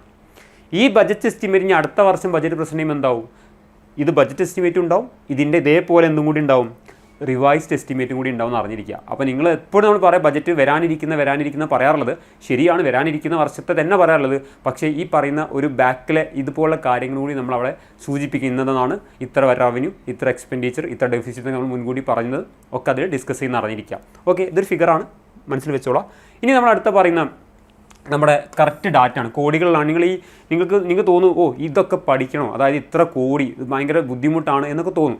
കോടികൾ നിങ്ങൾ പഠിക്കേണ്ട. ഞാൻ ഇവിടെ പറഞ്ഞു ആക്ച്വൽസ്, നമ്മളിപ്പം പറഞ്ഞു ആക്ച്വൽ 2024-25, റിവൈസ്ഡ് 2025-26. ഇനി വരാനിരിക്കുന്നത് ഇതാണ് കമ്മിങ് ഇയർ. ഇതുവരെ സംഭവിച്ചിട്ടില്ല. ഇത് രണ്ടും നമ്മൾ പറഞ്ഞ പോലെ സംഭവിച്ചു കഴിഞ്ഞതും സംഭവിച്ചുകൊണ്ടിരിക്കുന്നതാണ് അല്ലേ. അപ്പോൾ ഇവിടെ ഞാൻ പറഞ്ഞതാ total expenditure total receipts physical deficit ഒന്നുമില്ല. എക്സ്പെൻഡിച്ചർ എന്ന് നമ്മൾ ഈ പറയുന്ന റെസിപ്റ്റ് കുറച്ചാൽ കിട്ടുന്ന സാധനം ഫിസിക്കൽ ഡെഫിസിറ്റ് ആണോ വെച്ചിട്ടുണ്ടെങ്കിൽ അല്ല. പക്ഷേ നമ്മളിവിടെ പറയുന്നത് എന്താണ്, ഈ ഡെഫിസിറ്റ് ശരിക്കും total expenditure minus total receipt എന്താണ്, ടോട്ടൽ എക്സ്പെൻഡിച്ചറിന് ടോട്ടൽ റെസിപ്റ്റ് കുറച്ച് കഴിഞ്ഞ് നമുക്ക് അവിടെ ഡെഫിസിറ്റ് വരാണ്. അതിനെ നമ്മൾ പറഞ്ഞ പേര് ബജറ്റ് ഡെഫിസിറ്റ് എന്നാണ് പറയുന്നത്. പക്ഷേ നമ്മുടെ ബജറ്റ് ഡെഫിസിറ്റ് അല്ല കൊടുത്തില്ല, ഇവിടെ പകരം ഞാൻ കൊടുത്തുള്ള ഏതാണ്, ഫിസിക്കൽ ഡെഫിസിറ്റ് ആണ്. ഫിസിക്കൽ ഡെഫിസിറ്റ് എന്ന് പറയുമ്പോൾ അതിന് ഇക്വേഷൻ എന്താണ്, നമ്മൾ പലവട്ടം പഠിക്കുന്നതാണ്. ഫിസിക്കൽ ഡെഫിസിറ്റ് എന്ന് പറഞ്ഞിട്ടുണ്ടെങ്കിൽ total expenditure minus total revenue അല്ലേ, എക്സ്ക്ലൂഡിങ് ബോറോയിങ് ഇതാണ് നമ്മുടെ എന്താ. അപ്പോൾ ഈ ഞാനിതിൽ തന്ന ഡാറ്റയിൽ ആരില്ല, ബോറോയിങ് കാണിക്കാത്ത ഒരു ഡാറ്റയാണ്. നിങ്ങൾ കറക്റ്റ് ഈ വാല്യൂ മൈനസ് ചെയ്താൽ നിങ്ങൾക്ക് ഇത് കിട്ടും. ഈ എക്സ്പെൻഡിച്ചറിന് ഈ റവന്യൂ മൈനസ് ചെയ്താൽ ഇത് കിട്ടും. ഈ എക്സ്പെൻഡിച്ചർ റവന്യൂ മൈനസ് ഇത് കിട്ടും. ഇതിൽ ഞാൻ ബോറോയിങ് കൺസിഡർ ചെയ്തിട്ടില്ല. അപ്പോൾ ബോറോയിങ് ഇല്ലാത്ത റവന്യൂ അതിലുള്ളത്, ബാക്കി റെസീറ്റ്സ് ഒക്കെ ഉണ്ട്. ബോറോയിങ് എന്ന് പറഞ്ഞാൽ നമുക്ക് കിട്ടുന്ന വരുമാനമാണല്ലോ, അത് ഒഴിവാക്കിയിട്ട് നമ്മൾ കാണിക്കുന്ന ഡെഫിസിറ്റ് ആണ് എന്താ, ഫിസിക്കൽ ഡെഫിസിറ്റ്. അതായത് ടോട്ടൽ എക്സ്പെൻഡിച്ചറിന് ടോട്ടൽ റവന്യൂ കുറയ്ക്കുമ്പോൾ അത് നമ്മൾ എന്ത് മാറ്റി നിർത്തി, ബോറോയിങ് മാറ്റി നിർത്തിയിട്ടുണ്ട്. അതാണ് ഫിസിക്കൽ ഡെഫിസിറ്റ്. അപ്പോൾ ഇതാണ് ഫിസിക്കൽ. ഇത് നിങ്ങൾ ഇങ്ങനെ പഠിക്കണമെന്ന് വെച്ചാൽ ഞാൻ പറയുന്നത് ഇങ്ങനെ നിങ്ങൾ പഠിക്കേണ്ട. ഇങ്ങനെയുള്ള ഈ പറയുന്ന ലക്ഷം കോടികൾ നിങ്ങൾ പഠിക്കേണ്ട ആവശ്യമില്ല. ഇവിടെ പറയുന്നത് 46,52,000 crore, 30,78,00,000 ഇതൊക്കെ പറ, അതിൻ്റെ ഡിഫറൻസ് ഇത് നിങ്ങൾ പഠിക്കേണ്ട. എന്താണ് പഠിക്കേണ്ടത് ഞാൻ പറയാം, അതാണ് നിങ്ങൾ പഠിക്കേണ്ടത്. നിങ്ങൾ നോക്കേണ്ട ഒന്നിൽ കൊടുക്കേണ്ട ഭാഗം ഇതാണ്. അതായത് നമ്മൾ ഈ പറയുന്ന ഡെഫിസിറ്റുകളെ പേഴ്സൻറ്റേജ്, എന്താണിത്, പേഴ്സൻറ്റേജ് ഓഫ് GDP ആയിട്ട് പഠിക്കുക. പേഴ്സൻറ്റേജ് ഓഫ് GDP ഇത് പരീക്ഷ ചോദിക്കാറുണ്ട്. എത്ര പേഴ്സൻറ്റ് നമ്മൾ ഡെഫിസിറ്റ് എന്ന് പറയുന്നത് എത്ര, ഇപ്പോൾ ഉദാഹരണം എടുക്കാം, നിങ്ങൾക്ക് ഒരു 1 lakh ഒരു മന്ത്ലി നിങ്ങൾക്ക് ഒരു പൈസ കിട്ടിയിട്ടുണ്ട്. ആ 1 lakhൽ എത്ര രൂപ നിങ്ങൾ കടം വാങ്ങിയിട്ടൊക്കെയുള്ള പൈസ, അല്ലെങ്കിൽ നിങ്ങൾക്ക് ഈ നിങ്ങളുടെ സ്വന്തം അല്ലാത്ത, അങ്ങനെ ആ കാര്യത്തിൽ ആലോചിക്കുക. പേഴ്സൻറ്റേജ് GDPയുടെ മൊത്തം GDPയുടെ എത്ര പെർസെൻറ്റേജ് ആണ് ഈ പറയുന്ന ഡെഫിസിറ്റുകളൊക്കെ വരുന്നത്, അത് നിങ്ങൾ നോക്കി വെക്കുക. അപ്പോൾ ഇവിടെ ഞാൻ ആക്ച്വലും അതേപോലെ റിവൈസ്ഡും ബജറ്റിലും കൊടുത്തിട്ടുണ്ട്. റവന്യൂ ഡെഫിസിറ്റ് എന്ന് പറയുന്നത് 1.7% 2024-25 ആക്ച്വലിൽ. അത് നമ്മൾ റിവൈസ്ഡിൽ 1.5 ആണ്. ഇനി വരാനിരിക്കുന്നതിൽ നമ്മൾ ഇപ്പോൾ പ്രതീക്ഷിക്കുന്നത് എന്തെന്നാണ്, 1.5 ആണ്. അപ്പോൾ റിവൈസ്ഡ് എസ്റ്റിമേറ്റ് കുറച്ച് കൊണ്ടുവരണം, ഈ 1.5 എത്തിക്കണം അല്ലേ. തുടക്കത്തിൽ നമ്മൾ ഈ FRBM ആക്ടിൽ 0 ആക്കണം എന്ന് പറഞ്ഞിട്ടുണ്ടായിരുന്നു. പിന്നെ അത് 1.5 എന്നുള്ളതിലേക്ക് നമ്മൾ അമെൻഡ് ചെയ്തിട്ടുണ്ടായിരുന്നു. ഓക്കെ, അപ്പോൾ ഈ 1.5 നിലനിർത്തുക എന്നുള്ളതാണ്. 0 ആക്കി അത്രയും ബെറ്റർ. ഓക്കെ, അപ്പം നമ്മളെ ആക്ച്വൽസിൽ 1.7 ആണ്. അതിനൊരു 0.2 ഈ പറഞ്ഞ ബജറ്റ് എസ്റ്റിമേറ്റിലും നമ്മൾ പറഞ്ഞ റിവൈസ് എസ്റ്റിമേറ്റിലും എന്താ ചെയ്തിട്ടുണ്ട്, കാണിച്ചിട്ടുണ്ട്. അപ്പോൾ ഇത് രണ്ടും പറഞ്ഞാൽ GDPയുടെ 1.5% നമ്മുടെ റവന്യൂ ഡെഫിസിറ്റ്. അത് മനസ്സിൽ വെച്ചോളൂ, 1.5%. ഇനി അടുത്ത ഫിസിക്കൽ ഡെഫിസിറ്റ് നോക്കിയേ, 4.8 ആയിരുന്നു 2024-25. ഇത് നമ്മൾ ഈ റിവൈസിൽ 4.4 ആക്കി കുറച്ചു. വീണ്ടും 0.1 കുറച്ചിട്ട് 4.3 ആണ്. ഇത് 3ലേക്ക് എത്തിക്കണം എന്നാണ് നമ്മൾ FRBM ആക്ട് പറയുന്നത്.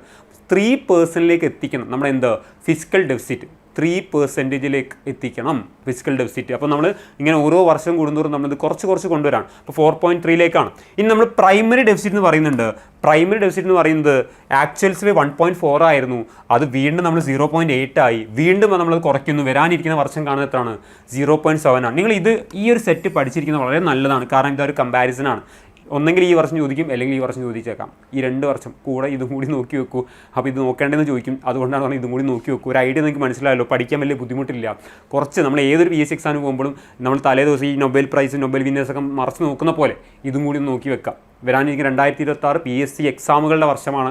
അതുകൊണ്ട് ഈ എക്സാമുകളിലൊക്കെ നമുക്ക് കറണ്ടായിട്ട് പഠിക്കാനുള്ള സാധനമാണ് ഈ ബജറ്റിലും എക്കണോമിക് സർവേയിലൊക്കെ ഉള്ളത്. അതിൻ്റെ വീഡിയോ ഞാൻ വേറെ ചെയ്യാം, എക്കണോമിക് സർവേയുടേത്. അപ്പോൾ ഇതാണ് നമ്മൾ പറയുന്നത് 0.8, 0.7. ബേസിക്കലി നിങ്ങൾ ഇതിൻ്റെ ഫാക്ടറായുള്ള കാര്യം അറിയാലോ. റവന്യൂ ഡെഫിസിറ്റ് നമുക്ക് എങ്ങനെ കിട്ടുക, റവന്യൂ റെസിപ്റ്റ്സ് നിന്ന് റവന്യൂ എക്സ്പെൻഡിച്ചർ മൈനസ് ചെയ്താൽ കിട്ടുന്നതാണ്. അതായത് റവന്യൂ എക്സ്പെൻഡിച്ചർ അവിടെ കൂടുതലായിരിക്കും. അപ്പോൾ റവന്യൂ റെസിപ്റ്റ്സ് നിന്ന് റവന്യൂ എക്സ്പെൻഡിച്ചർ കുറച്ചാൽ കിട്ടും. ഇത് കേൾക്കുന്ന ആൾക്ക് ചിലപ്പോൾ സാറ് എന്താണ് ഇത് പറയുന്നതെന്നൊരു കോംപ്ലിക്കേഷൻ ഉണ്ടാവും. ഒന്നുമല്ല, നിങ്ങൾ ഈ ബജറ്റിൻ്റെ ആ ഒരു കോമ്പണൻ്റ് ഉണ്ടല്ലോ, നമ്മൾ ബജറ്റ് എന്ന് പറയുന്നതിനെ നമ്മൾ 2 തിരിക്കുന്നുണ്ട്. Revenue ബജറ്റും capital ബജറ്റും. ആ റവന്യൂ ബജറ്റിന് താഴെ 2 സാധനങ്ങളുണ്ട്, റവന്യൂ റെസിപ്റ്റ്സും റവന്യൂ എക്സ്പെൻഡിച്ചറും. ക്യാപിറ്റലിൻ്റെ താഴെ അതേപോലെ ക്യാപിറ്റൽ റെസിപ്റ്റ്സും ക്യാപിറ്റൽ എക്സ്പെൻഡിച്ചറും ഉണ്ട്. അത് വെച്ചിട്ടാണ് നമ്മൾ ഈ ഡെഫിസിറ്റ് ഒക്കെ ഡിസ്കസ് ചെയ്യുന്നത്. ഓക്കെ, അപ്പോൾ ഞാൻ ഇവിടെ പറഞ്ഞെന്താണ്, റവന്യൂ എക്സ്പെൻഡിച്ചറിന് റവന്യൂ റെസിപ്റ്റ്സ് കുറച്ചാൽ കിട്ടുന്ന സാധനമാണെന്ത്, റവന്യൂ ഡെഫിസിറ്റ്. ഫിസിക്കൽ ഡെഫിസിറ്റ് നമ്മൾ ഓൾറെഡി പറഞ്ഞു, total expenditure minus total revenue excluding borrowing. ഇനി എന്താ പ്രൈമറി ഡെഫിസിറ്റ് എന്ന് പറഞ്ഞാൽ, ഫിസിക്കൽ ഡെഫിസിറ്റിന് എന്ത് കുറയ്ക്കുക, ഇൻട്രസ്റ്റ് പേയ്മെൻറ്റ് ഒഴിവാക്കിയാൽ കിട്ടുന്നതാണ് എന്താ, ഇൻട്രസ്റ്റ് പേയ്മെൻറ്റ് ഒഴിവാക്കിയാൽ കിട്ടുന്നതാണ് എന്താ, ഈ പറഞ്ഞ പ്രൈമറി ഡെഫിസിറ്റ്. ഇൻട്രസ്റ്റ് പേയ്മെൻറ്റ് നമ്മൾ ഓരോ വർഷവും ബോറോയിങ് ചെയ്യുന്നുണ്ട്. ലോണുകൾ നമ്മൾ നല്ല രീതിയിൽ ബോറോ ചെയ്യുന്നു. ആ ബോറോയിങ് നമ്മൾ എന്താ എടുക്കുന്നുണ്ട്, ഇൻട്രസ്റ്റ് പേയ്മെൻറ്റ് നടത്തുന്നത്. ഇൻട്രസ്റ്റ് പേയ്മെൻറ്റ് എന്ന് പറഞ്ഞാൽ ശരിക്കും എന്തിൻ്റെ കീഴിൽ വരുന്നതാണ്, റവന്യൂ എക്സ്പെൻഡിച്ചറിൻ്റെ കീഴിൽ വരുന്നതാണ്. ആ റവന്യൂ എക്സ്പെൻഡിച്ചർ എന്ന് പറഞ്ഞ സാധനം ഫിസിക്കൽ ഡെഫിസിറ്റിൻ്റെ ഭാഗമായിട്ടുണ്ട്. അപ്പോൾ അത് നമ്മൾ എന്ത് ചെയ്യുന്നുണ്ട്, ആ ഇൻട്രസ്റ്റ് പേയ്മെൻറ്റ് ഈ പറയുന്ന ഫിസിക്കൽ ഡെഫിസിറ്റ് കുറച്ചാൽ എന്ത് കിട്ടും, നമുക്ക് ഈ പറയുന്ന പ്രൈമറി ഡെഫിസിറ്റ് കിട്ടും. അപ്പോൾ നിങ്ങൾ ജസ്റ്റ് കോംപ്ലിക്കേറ്റഡ് അല്ല, നിങ്ങൾ ഈ പറയുന്ന ബാക്ക്ഗ്രൗണ്ടിലേക്ക് തൽക്കാലം പോകേണ്ട. അത് നിങ്ങൾ ബജറ്റ് സ്റ്റാറ്റിക്കായിട്ട് പഠിക്കുക. ഇപ്പോൾ നിങ്ങൾ പഠിക്കേണ്ടത് ഈ പറയുന്ന ഡെഫിസിറ്റുകളുടെ പെർസെൻറ്റ് വാല്യൂ ആണ്. നേരത്തെ ആ ഫിഗർ നിങ്ങൾ പഠിക്കേണ്ട, ലാക്സും ആ കോടികൾ നിങ്ങൾ നോക്കണ്ട. ജസ്റ്റ് ഇത് അറിഞ്ഞു വെക്കാം. ഓക്കെ, ഇനി ഞാൻ പറയുന്നത് നമ്മുടെ ബജറ്റിൽ പറഞ്ഞ കാര്യങ്ങളിലേക്ക് വരാം. വികസിത് ഭാരത് നമ്മളിങ്ങനെ കേട്ടുകൊണ്ടിരിക്കുകയാണ്, വികസിത് ഭാരത് അല്ലേ. അപ്പോൾ ഒരു സമയത്ത് നമ്മൾ പറയുന്നതായിരുന്നു പലതരത്തിലുള്ള, അതായത് ഓരോ ബജറ്റിൽ ഓരോരോ സ്കീമുകൾ അല്ലെങ്കിൽ ഓരോരോ ടാർഗറ്റുകൾ ഉണ്ടാവും. അപ്പോൾ അതോടെ നമ്മൾ ഫോക്കസ് ചെയ്യുന്നത് വികസിത ഭാരതമാണ്. ബാലൻസിങ് അംബിഷൻ വിത്ത് ഇൻക്ലൂഷൻ, ഇതൊക്കെ ബജറ്റിൻ്റെ ആ ഒരു ഫയൽ അല്ലെങ്കിൽ ആ ഡോക്യുമെൻറ്റിൽ എടുത്ത സംഗതി തന്നെയാണ്. ഇവിടെ പറഞ്ഞു നോക്കാം, ആക്ഷൻ ഓവർ ആംബിവലൻസ്, മറ്റൊന്ന് reform over റെട്ടറിക്, people over populism എന്നൊക്കെ പറഞ്ഞ് കുറച്ച് നമ്മളിങ്ങനെ എന്താ പറയുക മുദ്രാവാക്യം പറയുന്ന പോലെ കുറച്ച് കാര്യം. അതായത് ആക്ഷൻ ഓവർ ആംബിവലൻസ്, നമ്മൾ കുറേ പ്രശ്നങ്ങളൊക്കെ ഉണ്ട്, അപ്പോൾ അതൊക്കെ തരണം ചെയ്ത് മുന്നോട്ട് വരാം. കുറേ ഈ തടസ്സങ്ങൾ ഇപ്പോൾ കറൻലി എക്കോണമി ഫേസ് ചെയ്യുന്നുണ്ട്. പിന്നെ റിഫോം ഓവർ റെട്ടറിക്, നമ്മൾ പലതരത്തിലുള്ള ചേഞ്ചസ് കൊണ്ടുവരുന്നുണ്ട്, പലതരത്തിലുള്ള പുതിയ മാറ്റങ്ങൾ കൊണ്ടുവരുന്നുണ്ട് ഡെവലപ്മെൻറ്റിന് വേണ്ടി മറ്റു കാര്യം. അതൊക്കെയാണ് ഇവിടെ ഫോക്കസ് ചെയ്യുന്നത്. പീപ്പിൾ ഓവർ പോപ്പുലിസം, കുറേ ജനപ്രീതി നേടുന്ന കുറേ വാഗ്ദാനങ്ങൾ കൊടുക്കാമെന്നല്ലാതെ ശരിക്കും ജനങ്ങളിലേക്കുള്ള കാര്യങ്ങളൊക്കെ എത്തിക്കുക, ഇതൊക്കെയാണ് ഇതിന് ഉദ്ദേശിക്കുന്നത്. അതിലേക്ക് നിങ്ങൾ പോകണ്ട. ഇവിടെ എയിം പറഞ്ഞിട്ടുണ്ട്, ഗവൺമെൻറ്റിൻ്റെ ഈ ബജറ്റിൻ്റെ എയിം നോക്കുക. ഇതൊരു മോട്ടിവേഷൻ കോട്ടായിട്ട് കണ്ടെത്തിട്ടോ. നിങ്ങളൊക്കെ PSC പഠിക്കുന്ന ആളാണെങ്കിൽ ഞാൻ ഇത് കാഴ്ച എനിക്ക് തോന്നിയൊരു മോട്ടിവേഷൻ കോട്ടാണ് അല്ലേ. എന്താ പറയുന്നത്, ട്രാൻസ്ഫോം ആസ്പിറേഷൻ ഇൻറ്റു അച്ചീവ്മെൻറ്റ്. നമുക്കിങ്ങനെ ആഗ്രഹങ്ങളുണ്ട്, നമ്മളത് സാക്ഷാത്കരിക്കുക, നമ്മൾ നേടിയെടുക്കുക, അതാണ് ഇവിടെ പറയുന്നത്. സർക്കാരിന് വരെ എന്താ പറയുക ആ ഒരു മോട്ടിവേഷൻ സംഗതി ഉണ്ട്. പൊട്ടൻഷ്യൽ ഇൻറ്റു പെർഫോമൻസ്, നമ്മുടെ സ്കില്ല് നമ്മുടെ പൊട്ടൻഷ്യൽ നമ്മൾ എന്താക്കുക പെർഫോമൻസ് ആക്കി മാറ്റുക. കണ്ടല്ലോ, ഇത് നിങ്ങൾ ആലോചിച്ച് PSC പഠിക്കുക, അപ്പോൾ എന്താവും നല്ലതാണ്. അപ്പോൾ നോക്കുക, transform aspiration into achievement, aspiration achievement ആക്കി മാറ്റുക, പൊട്ടൻഷ്യൽ എന്താക്കി മാറ്റുക പെർഫോമൻസ് ആക്കി മാറ്റുക. എയിം ചുമ്മാ അറിഞ്ഞു വെച്ചോളൂ, പരീക്ഷയ്ക്ക് ഉപകാരപ്പെടും, നമുക്ക് PSC പഠിക്കാൻ ഉപകാരപ്പെടും. ഇനി ഇതാണ് വികസിത് ഭാരതിൻ്റെ ഒരു പസിലല്ല, ഇതിങ്ങനെ കൊടുത്തത് ഇങ്ങനെ തന്നെയാണ്. ഇതിൽ കാണിച്ചാൽ നോക്കുക, സ്റ്റെബിലിറ്റി എന്നുള്ളൊരു സംഗതി. സ്റ്റെബിലിറ്റി, സ്ഥിരത. ഞാൻ പറഞ്ഞു നമ്മൾ എക്കോണമി ഫ്ലക്ച്വേഷൻ ഉണ്ടാകുന്നത് എക്കോണമിക്ക് നല്ലതല്ല. എന്ത് കാര്യമാണെങ്കിലും ഫ്ലക്ച്വേഷൻ ഉണ്ടാകും നല്ലതല്ല. ഒന്ന് ആലോചിക്കുക, ഇപ്പോൾ ഞാൻ ഡോക്ടറെ അടുത്ത് പോയി BP ഇങ്ങനെ കൂടി കുറഞ്ഞ് കളിക്കുകയാണ്, എൻ്റെ പ്രഷർ ഇങ്ങനെ കൂടി കുറഞ്ഞ് കളിക്കുകയാണ്. അപ്പോൾ പെട്ടെന്ന് മരുന്ന് തരാൻ പറ്റില്ല, അല്ലെങ്കിൽ പെട്ടെന്ന് ഈ പറയുന്ന ഒരു ട്രീറ്റ്മെൻറ്റ് എടുക്കാൻ പറ്റില്ല. BP കൂടുന്നു, BP കുറയും, എന്ത് ചെയ്യുന്ന അറിയില്ല. അതേപോലെ എന്ത് കാര്യത്തിനും അങ്ങനെ തന്നെയാണ്, ഫ്ലക്ച്വേഷൻ പറ്റില്ല. ഇപ്പോൾ നിങ്ങളുടെ വീട്ടിൽ ഇങ്ങനെ എന്താ പറയുക, കറണ്ട് പോകുന്നു കറണ്ട് വരുന്നു, ഇത് നല്ലതല്ല. ഒന്നെങ്കിൽ കറണ്ട് പോയി എന്നാൽ ഒരു സമാധാനം, അല്ലെങ്കിൽ സമാധാനമല്ല അങ്ങനെ പോയി എന്ന് വിചാരിക്കാം. കറണ്ട് ഉണ്ടെങ്കിൽ അതൊക്കെ, ഇത് പോയി വന്ന് കളിച്ചാൽ നമ്മുടെ ഒരുപക്ഷെ നമ്മളെ ഈ പറയുന്ന വീട്ടിലുള്ള ഗാഡ്ജറ്റ്സ് ഇതൊക്കെ അടിച്ചു പോകും. അപ്പോൾ അതുപോലെ സ്റ്റെബിലിറ്റി തന്നെ ഫോക്കസ് ചെയ്യുന്നത്. എക്കോണമി ആണെങ്കിൽ എന്താ ആവശ്യം, സ്റ്റെബിലിറ്റിയാണ് ആവശ്യം. അപ്പോൾ സ്റ്റെബിലിറ്റി എന്നുള്ളതാണ് മെയിനായിട്ട് കൊടുക്കുന്ന ഒന്ന്. ബട്ട് ഫിസിക്കൽ ഡിസിപ്ലിനാണ്. ഫിസിക്കൽ ഡിസിപ്ലിൻ എന്ന് വെച്ചാൽ നമ്മൾ നേരത്തെ കണ്ട കുറേ കാര്യങ്ങളുണ്ടല്ലോ, നമ്മൾ ഈ പറഞ്ഞ കട ഇല്ലാതാക്കുക, ഡെറ്റ് കുറയ്ക്കുക, അതേപോലെ ഈ പറഞ്ഞ ഡെഫിസിറ്റുകൾ കുറച്ച് വരുത്തുക. അപ്പോൾ അതൊക്കെ മാറ്റി ഒന്ന് ഡിസിപ്ലിൻ നല്ലൊരു ഇന്ത്യ ആയിട്ട് മാറ്റാം. മറ്റൊന്ന് മോഡറേറ്റ് ഇൻഫ്ലേഷൻ. നമ്മൾ സ്ഥിരം പറയുന്നതാണ് ഇൻഫ്ലേഷൻ മോഡറേറ്റ്, അല്ലെങ്കിൽ ഒരു മോഡറേറ്റ് ഇൻഫ്ലേഷൻ എക്കോണമിക്ക് നല്ലതെന്ന് പറയാറുണ്ട് അല്ലേ. നമുക്ക് നമ്മുടെ ആ ഇൻഫ്ലേഷൻ്റെ ബാൻഡ് വിഡ്ത്ത് അറിയാം അല്ലേ. അതായത് 4 ± 2 എന്ന് പറഞ്ഞിട്ട് നമ്മൾ പറയുന്നുണ്ട്. ഇപ്പം നമുക്ക് കഴിഞ്ഞ കുറച്ച് മാസങ്ങളായിട്ട് 2-നേക്കാളും താഴെയായിരുന്നു. കേരളത്തിലല്ല, ഇന്ത്യ മൊത്തം എടുക്കുമ്പോൾ 2-നേക്കാളും താഴെയായിരുന്നു. അപ്പോൾ നമ്മൾ പറയുന്ന ബാൻഡ് വിഡ്ത്ത് അതാണ് 4 ± 2 എന്നുള്ളതാണ്. അതാണ് മോഡറേറ്റ് ഇൻഫ്ലേഷൻ. പിന്നെ സസ്റ്റെയിൻഡ് ഗ്രോത്താണ്. ഗ്രോത്ത് ഇങ്ങനെ സസ്റ്റെയിൻ ചെയ്ത് പോവുക. ഇപ്പോൾ നമ്മൾ ടാർഗറ്റ് ചെയ്ത ഗ്രോത്ത് ഉണ്ട് 7%. ഇവിടെ ഈ സസ്റ്റെയിൻഡ് ഗ്രോത്തിൽ ഫോക്കസ് 7% എന്നുള്ള ആ ഗ്രോത്തിൽ നമ്മളിങ്ങനെ നിൽക്കണം. അതിങ്ങനെ കയറി പോകണം. അത് നമ്മൾ ഓരോ വർഷം നമുക്ക് 10 രൂപയിലൊക്കെ ആയിട്ട് അച്ചീവ് ടാർഗറ്റ് വെക്കാം. പക്ഷേ 7 എന്നുള്ളത് ആ ഒരു സസ്റ്റെയിൻ ഗ്രോത്ത് ആയിട്ട് കീപ്പ് ചെയ്യണം എന്നാണ് പറയുന്നത്. അപ്പോൾ ഇതാണ് നമ്മുടെ ഈ പറയുന്ന വികസിത് ഭാരതിൽ പറയുന്ന അടുത്തൊരു സ്റ്റേജ് എന്ന് പറയുന്നത്. അപ്പോൾ ഞാൻ ഇതിന് വേണ്ടിയിട്ട് കണ്ടല്ലോ, ഹൈ ഗ്രോത്ത് റേറ്റ് അറൗണ്ട് 7% എന്ന് പറയുന്നത്. അപ്പോൾ ഈ പറയുന്ന ഗ്രോത്ത് റേറ്റ് 7% എന്ന് പറയുമ്പോൾ അവർ കുറച്ച് ഏരിയാസ് കണ്ടെത്തിയിട്ടുണ്ട്. ഇതൊക്കെയാണ് ഈ ഏരിയയിലൊക്കെ നമ്മൾ ഗ്രോത്ത് കാണണം. ഈ ഏരിയയിലൊക്കെ നമ്മൾ നല്ല രീതിയിൽ ഗ്രോത്ത് കണ്ടാൽ അതിൻ്റെ തരത്തിലുള്ള ഇമ്പ്രൂവ്മെൻറ്റ് ഇവിടെ ഉണ്ടാവും, നമ്മുടെ കൺട്രിയിൽ ഉണ്ടാവും. അപ്പോൾ ഇവിടെ പറയുന്നത് എന്താണ്, എനർജി സെക്യൂരിറ്റി കൊണ്ടുവരിക, അതേപോലെ ഇമ്പോർട്ട് ഡിപ്പെൻഡൻസ് കുറയ്ക്കുക. നമ്മൾ ഈ ഇമ്പോർട്ട് നമുക്ക് ഈ പറയുന്ന ബാലൻസ് ഓഫ് പേയ്മെൻ്റ് ഒക്കെ എടുക്കുമ്പോഴൊക്കെ നമുക്ക് വരുന്നതൊക്കെ എന്താണ്, കറണ്ട് അക്കൗണ്ട് ഡെഫിസിറ്റ് ഒക്കെ വരാറുണ്ടല്ലേ. അപ്പോൾ അത് നമ്മൾ ഇമ്പോർട്ട് ഡിപ്പെൻഡൻസ് കുറയ്ക്കുക. പിന്നെ നമ്മൾ physical prudence, monetary stability, bank നമ്മൾ ഈ പറഞ്ഞ കാര്യങ്ങൾ, പിന്നെ മാനുഫാക്ചറിങ് കപ്പാസിറ്റി നമ്മൾ തന്നെ നേടിയെടുക്കുക. അപ്പോൾ ഇങ്ങനെയുള്ള കുറച്ച് കാര്യങ്ങളുണ്ട്. ജസ്റ്റ് നിങ്ങൾ നോക്കിയാൽ മതി. ഈ ഭാഗത്തുനിന്ന് ഒരു MCQ എങ്ങനെ ക്രിയേറ്റ് ചെയ്യുന്നത് എനിക്ക് തോന്നുന്നില്ല. എന്നാൽ നിങ്ങൾ ഈ ഒരു ഗ്രോത്ത് വെച്ചൊന്ന് അറിഞ്ഞിരിക്കുക. നമ്മൾ ആ വെക്കുന്ന ഗ്രോത്ത് റേറ്റ് 7% അറിഞ്ഞിരിക്കുക. ഓക്കെ, നമുക്ക് അടുത്തതിലേക്ക് പോകാം. ഇവിടെ ഞാൻ പറയുന്നത് Yuvashakti and inclusive growth focus. Yuvashakti and inclusive growth ഫോക്കസാണ്. അപ്പോൾ യുവശക്തി മനസ്സിലായല്ലേ. നമ്മൾ കഴിഞ്ഞ വർഷമൊക്കെ ഈ പറഞ്ഞ യുവ, അതേപോലെ മഹിള എന്നൊക്കെ പറഞ്ഞ ഓരോ ടാർഗറ്റ് കഴിഞ്ഞ ബജറ്റിലൊക്കെ വെച്ചിട്ടുണ്ടായിരുന്നു അല്ലേ, അന്നദാത എന്നൊക്കെ പറഞ്ഞിട്ട്. അപ്പോൾ ഇവിടെ യുവശക്തി ആൻഡ് ഇൻക്ലൂസീവ് ഫോക്കസാണ്. അപ്പം എംപ്ലോയ്മെൻറ്റ് ജനറേഷനും സ്കിൽ ഡെവലപ്മെൻറ്റും ഓൺട്രപ്രണർഷിപ്പും ഒക്കെയാണ് ഫോക്കസ്. ആർക്കാണ്? ഇതാ യുവശക്തി, യൂത്തുകൾക്കാണ്. മാക്സിമം നമുക്കറിയാം അൺഎംപ്ലോയ്മെൻറ്റ് റേഞ്ച് നമുക്കറിയാം, ഇന്ത്യയിലാണെങ്കിലും കേരളത്തിലാണെങ്കിലൊക്കെ. അതേപോലെ സ്കിൽ ഡെവലപ്മെൻറ്റ് ഇതിൽ ഫോക്കസ് ചെയ്യുക. സ്കിൽ ഡെവലപ്മെൻറ്റ് ഫോക്കസ് ചെയ്ത് കഴിഞ്ഞാൽ എംപ്ലോയ്മെൻറ്റ് ജനറേഷൻ ഉണ്ടാവും. ദെൻ ഓൺട്രപ്രണർഷിപ്പ് കൊണ്ടുവരാൻ യൂത്തുണ്ടല്ലോ. അപ്പോൾ ഇതാണ് ഒരു focus, skill Shakti and inclusive growth focus. എല്ലാവരെയും ഉൾക്കൊള്ളിച്ചുകൊണ്ടുള്ള ഒരു ഗ്രോത്ത് ഫോക്കസാണ് നമ്മളതിൽ കാണുന്നത്. ഇനി GDP നമ്മൾ പറയുന്നത് ബജറ്റിൽ പറഞ്ഞ GDP ആണ്. The government has estimated a nominal GDP of 10% in 2026-27. 2026-27 നമ്മൾ കാണുന്ന നോമിനൽ GDP എന്ന് പറയുന്നത് എത്രയാണ്? ഈ പറയുന്ന 10% നോർമൽ GDP എന്നൊക്കെ പറഞ്ഞാൽ എനിക്കറിയാം കറണ്ട് ഇയർ പ്രൈസിൽ നമ്മൾ എന്താക്കുക കറണ്ട് ഇയർ പ്രൊഡക്ഷൻ നമ്മൾ കാൽക്കുലേറ്റ് ചെയ്യുമ്പോഴാണ് നോർമൽ GDP എന്ന് പറയാം. കറണ്ട് ഇയർ പ്രൈസിൽ ഇപ്പോൾ 2026-27 എന്താണോ പ്രൈസ്, ആ 2026-27 പ്രൈസ് കൊണ്ട് ആ 2026 പ്രൊഡക്ഷൻ അല്ലെങ്കിൽ എന്താണോ നമ്മുടെ ടോട്ടൽ ഔട്ട്പുട്ട് അത് വെച്ചിട്ട് കണ്ടെത്തുന്നതാണ് നോർമൽ GDP. അപ്പോൾ അത് കാണുന്നത് എത്രയാണ്? 10% ആണ്. 10% ആണ്. ഇനി ഡെറ്റ് വളരെ പ്രധാനപ്പെട്ട കാര്യമാണ് ഡെറ്റ് എന്ന് പറഞ്ഞ കാര്യം. അപ്പോൾ നമുക്ക് പറയാം central government aims to reduce its outstanding liabilities to 50% of GDP by March 2031. അപ്പോൾ ടാർഗറ്റ് വെക്കാണ് നമ്മൾ ഈ ഡെറ്റ് അല്ലെങ്കിൽ നമ്മൾ ഈ ബാധ്യത ലയബിലിറ്റി എന്താക്കാണ് ഏകദേശം 50% നമ്മൾ എന്താക്കാണ് ചുരുക്കാനാണ് നമ്മൾ ഉദ്ദേശിക്കുന്നത്. 50% ചുരുക്കാനാണ് ഉദ്ദേശിക്കുന്നത് 50%. Then in 2026 outstanding liabilities are estimate to be 55.6% GDP. ഇപ്പോൾ നമ്മൾ നോക്കുമ്പം 55 നിലവിലെ നമ്മൾ എസ്റ്റിമേറ്റ് ചെയ്യുന്ന 2026-27 55.6%. ഈ ഫിഗറൊക്കെ നിങ്ങൾ നോക്കി വെക്കുക. GDPൻ്റെ 55.6% നമ്മുടെ നിലവിലെ ലയബിലിറ്റി ഡെറ്റ് എന്ന് പറയുന്നത്. അത് നമ്മൾ 2030 ആകുമ്പോഴേക്ക് എത്ര എത്തും? 50 എത്തിക്കും. 50 - 50 എന്നാണ് പറയുന്നത്. ജസ്റ്റ് 50 ആ റേഞ്ചിൽ നമ്മൾ എത്തിക്കും, 50 എത്തിക്കും.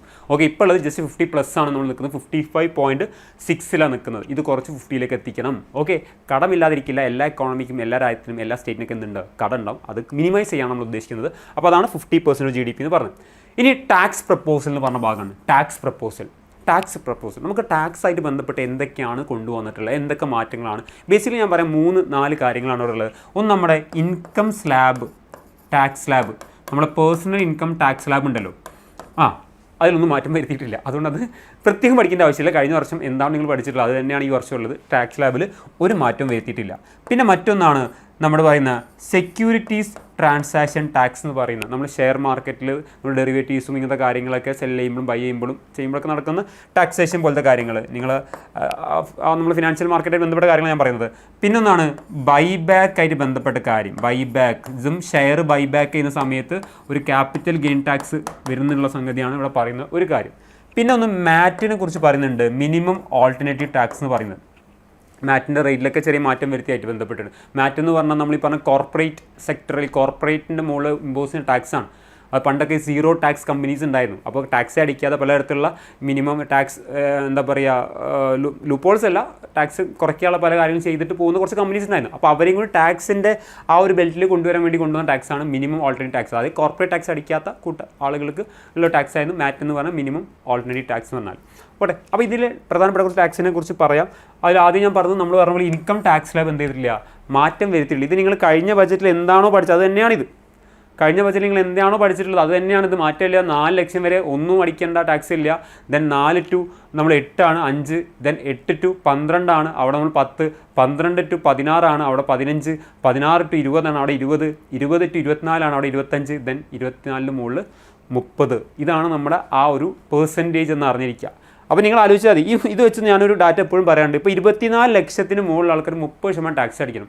നിങ്ങൾ മനസ്സിൽ ചോദിക്കുക, ഈ വീഡിയോ കാണുമ്പോൾ നിങ്ങളുടെ സാലറി 1 crore rupees-ആണ്. നിങ്ങളുടെ സാലറി 1 crore rupees-ആണ് ആനുവൽ സാലറി. നിങ്ങൾ സർക്കാരിന് 30 ലക്ഷം ടാക്സ് അടിക്കുമോ? ചോദിച്ചോളൂ. അടിക്കുമോ? ആത്മാർത്ഥമായി നിങ്ങളുടെ സാലറി 1 crore ആയി. അപ്പോൾ നിങ്ങൾ ആത്മാർത്ഥമായി നിങ്ങളോട് ചോദിക്കുക, നിങ്ങൾ 1 crore സാലറി കിട്ടിയാലും 30 ലക്ഷം നമ്മുടെ ഗവൺമെൻറ്റിലേക്ക് കൊടുക്കുമോ ഒരു ഇൻകം ടാക്സ് ആയിട്ട് എന്ന് നിങ്ങളോട് ചോദിക്കുക. ഉത്തരം യെസ് ഓർ നോ എന്നുള്ളത് നിങ്ങളോട് തന്നെ പറയാം, വേറെ ആരോടും പറയണ്ട. ഓക്കെ, അപ്പോൾ ഇതാണ് ഇവിടുത്തെ നമ്മുടെ ഇൻകം ടാക്സ്. ഇനി ടാക്സ് ഓൺ ഷെയർ ബൈബാക്ക്. പണ്ടൊരു ബൈബാക്ക് ടാക്സ് എന്ന സാധനം ഉണ്ടായിരുന്നു, ബൈബാക്ക് ടാക്സ്. അപ്പോൾ അതല്ല, ഇത് ബൈബാക്ക് ചെയ്യുന്ന സമയത്ത് ഇവിടെ ഫോക്കസ് ചെയ്യുന്ന എന്താണ്? ക്യാപിറ്റൽ ഗെയിൻ ആണ്. അപ്പോൾ ഒന്നുമില്ല, ഒരു കമ്പനി ഞാനൊരു കമ്പനിയിൽ ഷെയർ മേടിച്ചു, ഞാൻ തിരിച്ച് ആ കമ്പനി എൻ്റെ ഷെയർ തിരിച്ച് മേടിക്കുകയാണ്. ആ തിരിച്ച് മേടിക്കുമ്പോൾ ഒരു ക്യാപിറ്റൽ ഗെയിൻ ഉണ്ടാവില്ലേ? ആ ക്യാപിറ്റൽ ഗെയിൻ്റെ മുകളിൽ വരുന്ന ടാക്സ് ആണ് ഇവിടെ ഉദ്ദേശിക്കുന്നത്. ഇപ്പം 1 കോടിക്ക് ഞാൻ വാങ്ങിയൊരു ഷെയർ ഞാൻ തിരിച്ച് കമ്പനിക്ക് ഒരു 1.5 കോടിക്ക് കൊടുക്കുകയാണ്, അല്ലെങ്കിൽ 2 കോടിക്ക് കൊടുക്കുകയാണ്. അവിടെ ഒരു ക്യാപിറ്റൽ ഗെയിൻ എന്ന് പറഞ്ഞു, ഒരു എക്സ്ട്രാ 1 crore ക്യാപിറ്റൽ ഗെയിൻ ആണ് വന്നിട്ടുള്ളത്. സോ അതിൻ്റെ മുകളിലാണ് ഇവിടെ ടാക്സ് പറയുന്നത്. അപ്പോൾ ആ റേറ്റ് ഒക്കെ പറയുന്നത് ഇവിടെ ജസ്റ്റ്, അതായത് എഫക്റ്റീവ് ടാക്സ് റേറ്റ് 22 ഫോർ കോർപ്പറേറ്റിന് 22%. അതേസമയത്ത് 30% ഫോർ നോൺ കോർപ്പറേറ്റ് പ്രൊമോട്ടേഴ്സ്. നല്ല ടാക്സാണ്, ചെറിയ ടാക്സ് ഒന്നുമല്ല, നല്ല ടാക്സാണ്. നോൺ കോർപ്പറേറ്റ് പ്രൊമോട്ടേഴ്സിന് 30%, സാധാ ഡൊമസ്റ്റിക് കോർപ്പറേറ്റുകൾക്ക് എന്താണ് ഈ പറയുന്ന 22% ആണ്. Then securities transaction tax. ഞാൻ നേരത്തെ പറഞ്ഞു ഷെയർ മാർക്കറ്റിൽ തന്നെ നമ്മളുള്ള സംഗതിയാണ് ഈ ഡെറിവേറ്റീവ്സ് ഒക്കെ ഉള്ള. അപ്പോൾ അതിലുള്ളതാണ് ഫ്യൂച്ചർ ഓപ്ഷൻസ് ഒക്കെ നിങ്ങൾ കേട്ടിട്ടുണ്ടാവും. അപ്പോൾ ഓപ്ഷൻസിന് എന്താക്കി 0.1% 0.15%. ഇതൊക്കെ നിങ്ങൾ ചെറിയ പെർസെൻറ്റായിട്ട് തോന്നും, പക്ഷേ കോടികളുടെ കാര്യങ്ങളായിരിക്കും ഇതിനിടെ നടക്കുന്നുണ്ടാവുക.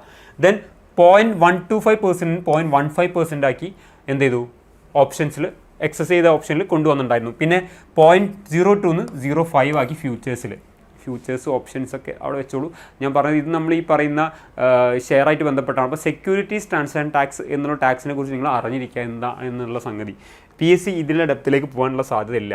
ഇനി അടുത്ത പറയുന്നത് ഞാൻ മാറ്റ് ഞാൻ കൊടുത്തില്ല, മാറ്റിലും ഒരു ചേഞ്ച് വരുത്തിയിട്ടുണ്ട്. മിനിമം ഓൾട്ടർനേറ്റ് ടാക്സ് ഇതിൻ്റെ കൂടെ നിങ്ങൾ കൂട്ടിച്ചേർക്കേണ്ടതാണ്. ദെൻ ഇൻഡസ്ട്രി ആൻഡ് കൊമേഴ്സ് ആണ്. അതിൽ കുറച്ച് പ്രധാനപ്പെട്ട കാര്യം, ഞാൻ എല്ലാത്തിലും പ്രധാനപ്പെട്ടത് എടുക്കുന്നുള്ളൂ. നിങ്ങൾക്ക് എന്താണോ എക്സാമിന് ആവശ്യം അത് മാത്രം പിക്ക് ചെയ്യുന്നുള്ളൂ, അതിനപ്പുറത്തേക്ക് ഒന്നുമില്ല. എക്സാമിലേക്ക് ആവശ്യമുള്ളത് മാത്രം നോക്കാം. ടെക്സ്റ്റൈൽ സെക്ടറിൽ ഫോക്കസ് ചെയ്യുകയാണ്. അതായത് ഈ ടെക്സ്റ്റൈൽ സെക്ടറിന് വേണ്ടി ഒരു ഇൻ്റഗ്രേറ്റഡ് പ്രോഗ്രാം പ്ലാൻ ചെയ്തിട്ടുണ്ട് ഈ ബജറ്റിൽ. ഇൻ്റഗ്രേറ്റഡ് പ്രോഗ്രാമാണ്. അതിലെന്താണ്, ഒന്ന് നാഷണൽ ഫൈബർ സ്കീമാണ്, മറ്റൊന്ന് ടെക്സ്റ്റൈൽ എക്സ്പാൻഷൻ ആൻഡ് എംപ്ലോയ്മെൻറ്റ് സ്കീമാണ്, മറ്റൊന്ന് നാഷണൽ ഹാൻഡ്ലൂം ആൻഡ് ഹാൻഡിക്രാഫ്റ്റ് സ്കീമാണ്. ദെൻ ടെക്സ് എക്കോ ഇനീഷ്യേറ്റീവാണ്. അഞ്ചാമത്തെ സ്മാർട്ട് 2.0 എന്ന് പറയുന്നതാണ്. ഞാനൊന്നുമില്ല, ഇപ്പോൾ നിങ്ങൾക്ക് ഒരു സ്റ്റേറ്റ്മെൻറ്റ് തന്നു, അതായത് ഈ ബജറ്റിൽ 2026-27 ബജറ്റിൽ ഈ താഴെ തന്നിരിക്കുന്നതിൽ ഏതോ ഒന്ന് ഈ പറഞ്ഞ ടെക്സ്റ്റൈൽ പ്രൊമോഷൻ ഇൻ്റഗ്രേറ്റഡ് പ്രോഗ്രാമിൻ്റെ ഭാഗമല്ല എന്നൊക്കെ പറയുമ്പോൾ നമുക്ക് ഡിഗ്രി ലെവൽ എക്സാമിനെ ഞാൻ ഉദ്ദേശിക്കുന്നത്. ഡിഗ്രി ലെവൽ എക്സാമിനൊക്കെ ഇങ്ങനെയുള്ള ചോദ്യങ്ങൾ ക്രിയേറ്റ് ചെയ്താൽ നമ്മൾ അതിനുവേണ്ടി ഞാൻ പ്ലാൻ ചെയ്തിട്ടുള്ളൂ. അപ്പോൾ നാഷണൽ ഫൈബർ സ്കീം ഇതിൻ്റെ ഭാഗമാണ്, ടെക്സ്റ്റൈൽ എക്സ്പാൻഷൻ എംപ്ലോയ്മെൻറ്റ് സ്കീം ഇതിൻ്റെ ഭാഗമാണ്, നാഷണൽ ഹാൻഡ്ലൂം ആൻഡ് ഹാൻഡിക്രാഫ്റ്റ് ഇതിൻ്റെ ഭാഗമാണ്, ടെക്സ് എക്കോ ഇനീഷ്യേറ്റീവ് ഇതിൻ്റെ ഭാഗമാണ്, സ്മാർട്ട് 2.0 ഇതിൻ്റെ ഭാഗമാണ്. ഓക്കെ, ഇനി മറ്റൊരു പ്രധാനപ്പെട്ട കാര്യമാണ് ഇവിടെ കാണുന്നത്. ഖാദി അതേപോലെ ഹാൻഡ്ലൂം ഹാൻഡിക്രാഫ്റ്റ് ഇതിനെ സ്ട്രെങ്തൻ ചെയ്യാൻ വേണ്ടി ഒരു സ്കീം തന്നെ, ഒരു പ്രോഗ്രാം തന്നെ വരുന്നു.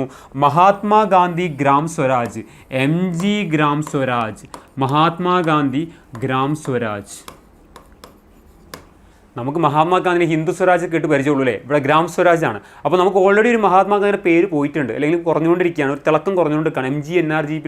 MG/NRGP ഇപ്പോൾ തൽക്കാലത്തേക്ക് ഇല്ലാതായിക്കൊണ്ടിരിക്കുകയാണ്. അപ്പോൾ ഗവൺമെൻറ് ഒരു സങ്കടം തോന്നിയിട്ടുണ്ടോ? അപ്പോൾ മഹാത്മാഗാന്ധിയുടെ പേരിൽ എന്തുകൊണ്ടുവരാണ് MG ഗ്രാം സ്വരാജ്, അല്ലെങ്കിൽ മഹാത്മാഗാന്ധി ഗ്രാം സ്വരാജ് എന്നുള്ളതുകൊണ്ട്. അപ്പോൾ എന്താ ഏരിയ, മഹാത്മാഗാന്ധി ഗ്രാം സ്വരാജ് നമുക്ക് അറിയാം, ഇത് തെറ്റാണെന്ന് പോകുന്നില്ലായിരുന്നു. പക്ഷേ സ്കീം നോക്കി വെക്കുക, khadi handloom and handicraft industry textile ഏരിയയിൽ വന്നതാണ്.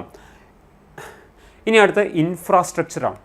അടിസ്ഥാന സൗകര്യം അല്ലെങ്കിൽ അടിസ്ഥാന കാര്യങ്ങളായിട്ട് ബന്ധപ്പെട്ടാണ്. അതിൽ മെയിനായിട്ട് പറഞ്ഞത് public capex will be increase from 11.2 lakhs crore to 12.2 lakh crore. നല്ല കാര്യമാണ്. പബ്ലിക് ക്യാപെക്സ് പറഞ്ഞാൽ പബ്ലിക് ക്യാപിറ്റൽ എക്സ്പെൻഡിച്ചറാണ്. ആ പബ്ലിക് ക്യാപിറ്റൽ എക്സ്പെൻഡിച്ചറിൻ്റെ ചെലവ് 11.2 ലക്ഷം കോടിയിൽ നിന്ന് 12.2 ലക്ഷം കോടിയാണ്. നിങ്ങൾ ഈ 11.2 ലക്ഷം 12.1 ലക്ഷം കോടിയാണ്. 1-2 കോടിയല്ല, 1.2 ലക്ഷം കോടി, അല്ലെ 1 ലക്ഷം കോടി, 1 ലക്ഷം കോടി, 1 ലക്ഷം 1.2 അല്ല 1 ലക്ഷം കോടി, 1 ലക്ഷം കോടിയാണ്. 1 കോടിയല്ല, 10 കോടിയല്ല, 20 കോടിയല്ല, 30 കോടി, 1 ലക്ഷം കോടിയാണ് ഇൻക്രീസ് വരുത്തിയിട്ടുള്ളത് എക്സ്പെൻഡിച്ചർ. ദെൻ ഒരു ഫണ്ട് ക്രിയേറ്റ് ചെയ്യുകയാണ്, infrastructure risk guarantee fund. Infrastructure risk, അതായത് ഒന്നുമില്ല, ഈ പറയുന്ന മേഖലയിലേക്ക് മറ്റുള്ള പ്രൈവറ്റ് സെക്ടേഴ്സിന് വരാൻ വലിയ താല്പര്യമില്ല, എന്തെങ്കിലും പൈസ ഇറക്കി കഴിഞ്ഞാൽ നഷ്ടപ്പെടും എന്നൊക്കെയുള്ള. അപ്പോൾ അങ്ങനത്തെവർക്ക് വേണ്ടിയിട്ട് ഒരു റിസ്ക് ഗ്യാരണ്ടി ഫണ്ട് കൊണ്ടുവരാണ്. അതായത് പ്രൈവറ്റ് ഡെവലപ്പേഴ്സിൻ്റെ കോൺഫിഡൻസ് ഇമ്പ്രൂവ് ചെയ്യാൻ വേണ്ടിയിട്ടാണ്. ഇനി എന്തെങ്കിലും സംഭവിച്ചാൽ പോലും അവർക്ക് എന്ത് കിട്ടും, ആ പൈസ അല്ലെങ്കിൽ ഇറക്കിയ പൈസ കിട്ടും എന്നൊക്കെ രീതിയിലൊരു ഫണ്ട് ക്രിയേറ്റ് ചെയ്യുന്നു. മറ്റൊന്നാണ് 5 tourism destination will be developed in the Purvodaya state.